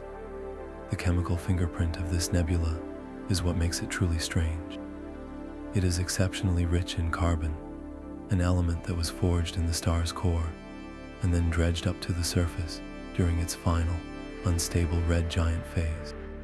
As the star pulsed and shook, it lifted this newly created carbon from its nuclear furnace into its cooler outer layers. There, in the relative chill of space, the carbon atoms could link together, forming microscopic grains of dust. The gentle but persistent pressure of starlight then pushed this cosmic soot outward, creating the dark, dusty shroud that now gives the nebula its unique character. We are witnessing the dispersal of life's most essential element on a galactic scale. Every atom of carbon in our bodies once passed through a nebula like this one, forged in a stellar heart, and then cast into the void to one day become part of a new world. The delicate structure of SMC X-1 is more than a beautiful farewell. It is a detailed instruction manual, showing us the precise conditions and processes required to see the universe with the fundamental building blocks of life itself. Two massive stars are locked in a fatal dance, their mutual orbits so tight a single year passes in little more than a week. This is the high-mass binary system, H6884, a partnership of stellar titans whose intertwined lives are a prelude to cosmic violence. Each star is a brilliant blue beacon, many times heavier and hotter than our sun, and each is pouring its own substance into space through a powerful stellar wind. These are not gentle breezes, but supersonic hurricanes of charged particles blasting outward at several million kilometers per hour. The true spectacle begins where these two tempests collide. The space between the stars is not empty, but a permanent, seething shock front. As the two stellar winds slam into one another, the gas is compressed and heated to excruciating temperatures, reaching millions of degrees. This superheated plasma then glows with intense X-rays, creating a fixed, brilliant zone of high-energy light that orbits with the stars, a perpetual thunderhead of radiation. This constant, violent embrace is slowly changing the stars themselves. The more massive of the two is evolving faster and will eventually exhaust its hydrogen fuel, and swell into a red supergiant. When that happens, the delicate gravitational balance of the entire system will be thrown into chaos. The expanding outer layers of the giant star will be ruthlessly stripped away by its companion's gravity, feeding a new and even more intense phase of mass transfer. This stellar theft will fuel a spectacular X-ray binary, a phase of furious brightness visible across the galaxy. But this is merely the opening act for the final catastrophe. The more massive star is destined to die first, its core collapsing in a Type II supernova explosion. The sudden, violent ejection of half the system's mass will either send the surviving star hurtling away on a new trajectory through the galaxy as a runaway star, or it will irrevocably alter their mutual orbit, locking them in an even tighter, more frantic dance.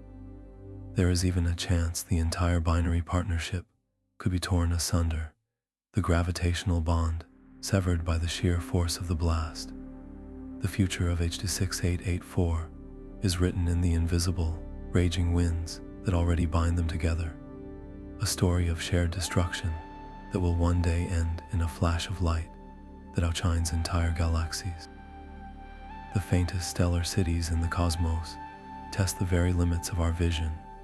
BS 196 is a star cluster that barely exists, a ghostly gathering of suns so sparse and dim it verges on dissolving back into the anonymity of the galactic background.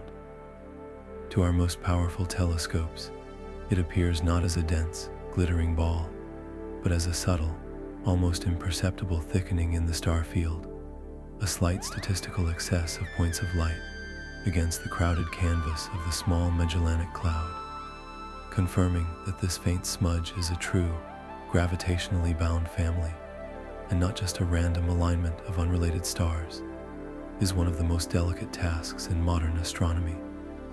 The primary challenge is contamination. The cluster is superimposed upon the rich stellar population of the Small Magellanic Cloud itself, with countless foreground and background stars lying along the same line of sight. A bright blue star that seems to belong to the cluster might actually be a much closer, younger star in the galactic foreground. A faint red star that appears to be a member could be an ancient giant located thousands of light years behind it, its light dimmed by immense distance. Isolating the true members of BS 196 from this crowd of celestial imposters requires more than just a sharp image. It demands sophisticated statistical detective work.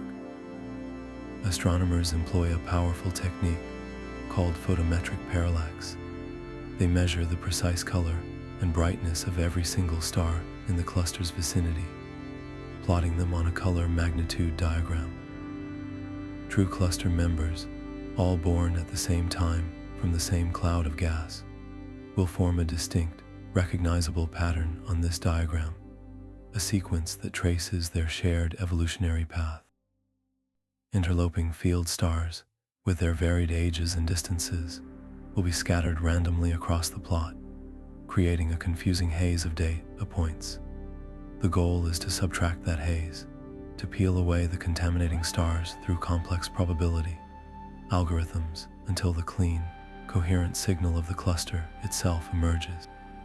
This process is like trying to hear a single, quiet melody being played in a noisy, crowded room. You cannot simply listen for the melody alone. You must record all the sound, and then use a filter to remove the cacophony of conversations, leaving only the music behind. The statistical confidence for a cluster like BS 196 is built star by star, a probabilistic argument that this tiny grouping is real and not a cosmic coincidence. Determining its basic parameters, its age and distance, becomes an exercise in extreme precision. The width and shape of the evolutionary sequence that remains after the statistical cleansing tells the story. A tight, narrow sequence indicates a simple, single burst of star formation, while a spread might suggest a more complex history. The very existence of such a faint, barely bound object raises, profound questions about the durability of stellar families. Is BS 196 a young cluster that simply formed with very few stars, destined to dissipate quickly? Or is it an ancient cluster that has been stripped of most of its members over billions of years, a ghost of its former self? This faint smudge of light is a boundary object, a test case for how small a star cluster can be and still survive in the turbulent gravitational environment of a galaxy. A silent, spinning cinder in the Small Magellanic Cloud broadcasts a message of pure power. The object known as CZU J01004 3.1-721134 is an X-ray pulsar, but its behavior suggests it belongs to an exceptionally rare and violent class of stellar corpse. It is a prime candidate for an anomalous X-ray pulsar, a type of neutron star defined not by what it consumes, but by the sheer, terrifying strength of its own magnetic field. We are potentially looking at a magnator, an object with the most powerful magnetic field known to exist in the entire universe. The forces at work here are almost incomprehensible.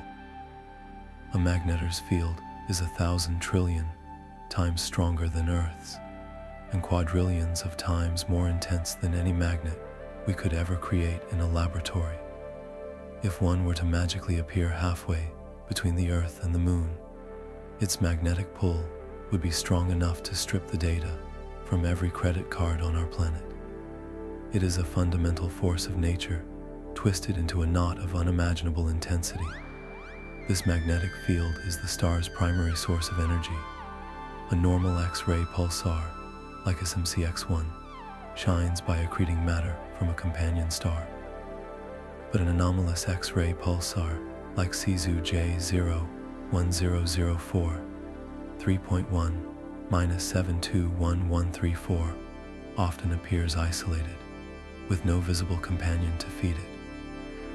Its brilliant X-ray glow comes from the slow, agonizing decay of its own monstrous magnetic field. The field is so powerful, it actually stresses the neutron star's solid crust, twisting it and causing starquakes. These seismic events on a stellar scale release vast amounts of energy, creating the X-ray pulses we detect. Finding such an object in the Small Magellanic Cloud would be a monumental discovery for astronomy. Magnetars are thought to be the remnants of the most massive, rapidly spinning stars. Their existence in a small, metal-poor galaxy like the SMC tells us that the conditions for their birth are not unique to large, chemically evolved galaxies like our own. It proves that the universe can forge these magnetic monsters anywhere, even in environments that resemble the early cosmos. This candidate, spinning quietly in the void, is a direct challenge to our models of stellar evolution. How did its progenitor star live and die to create such an intensely magnetized remnant? Its very presence suggests that the most extreme stellar deaths are a universal phenomenon, a fundamental part of the cosmic cycle that can ignite in the grandest spirals and the humblest dwarf galaxies alike. A tiny, radiant drop of cosmic dew floats in isolation, a stellar nursery in its most concentrated form. This is N81, one of the smallest and densest star-forming regions known in the Small Magellanic Cloud. It appears as a brilliant, compact blob of hydrogen gas, glowing with a fierce pink light against the dark void. Within this tiny volume, a small clutch of incredibly hot, newborn stars has ignited, and their collective ultraviolet radiation is powerful enough to set the entire surrounding cloud ablaze with light.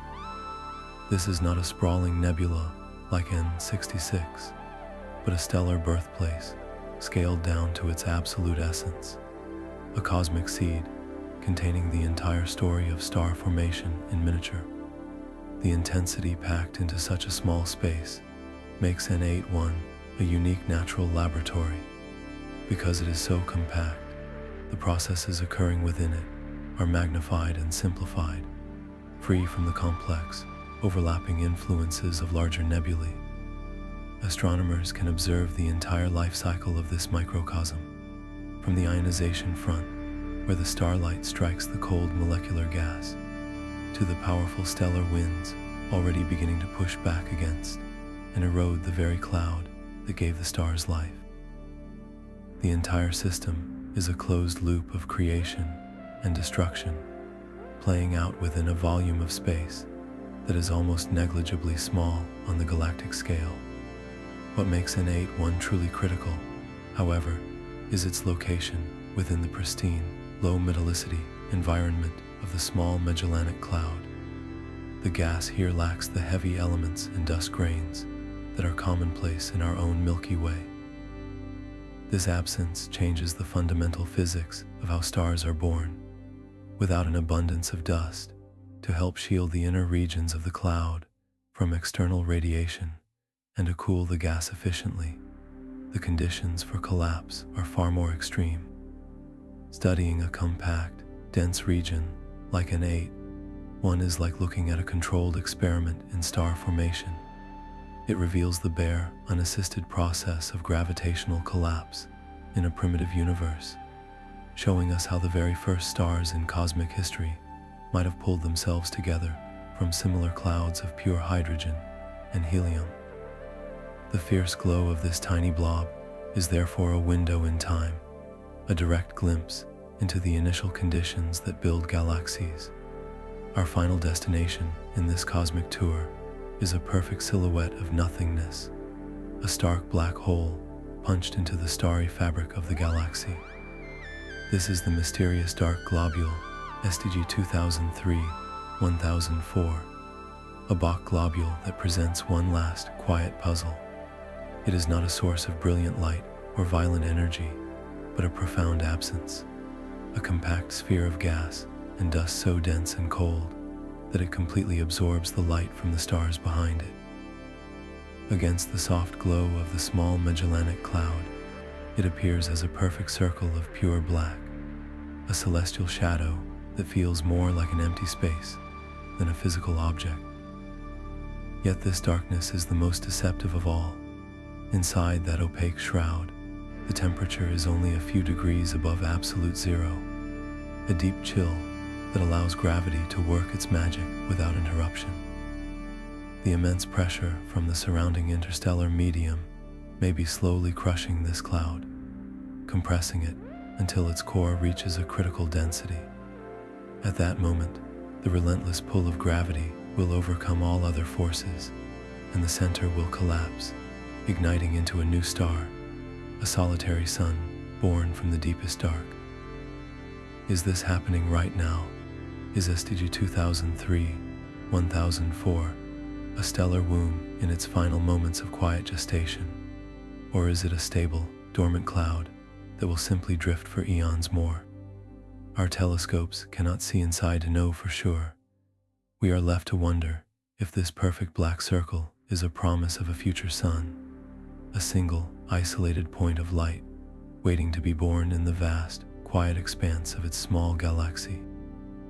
From stellar ghosts to cosmic powerhouses, these 50 strange objects paint a portrait of a galaxy unlike any other. The Small Magellanic Cloud is more than just a satellite of our Milky Way. It is a unique laboratory where the fundamental rules of the universe are tested and rewritten. Its low metal environment, turbulent history, and chaotic structure have given rise to phenomena we simply do not see in our own galactic neighborhood. Here, we find stars within stars, black holes that break their own brightness limits, and ancient clusters that stand as solitary survivors from the dawn of time. Each object is a piece of a larger puzzle, a clue to understanding how all galaxies, including our own, are built and how they evolve across billions of years. The bizarre physics on display, from the intense magnetic fields of magnetars to the self-sustaining cycles of superbubbles, reveals a cosmos that is far more inventive and extreme than we ever imagined. This small, ragged cloud of stars has shown us that the universe favors chaos, creativity, and constant transformation over order and predictability. So, after this journey through cosmic ghost stories and stellar rebellions, we turn the question to you. Which of these 50 strange objects captured your imagination the most? Was it the ticking time bomb of a luminous blue variable, the silent theft of a symbiotic star, or the dark promise of a Bach globule? Share your favorite cosmic mystery in the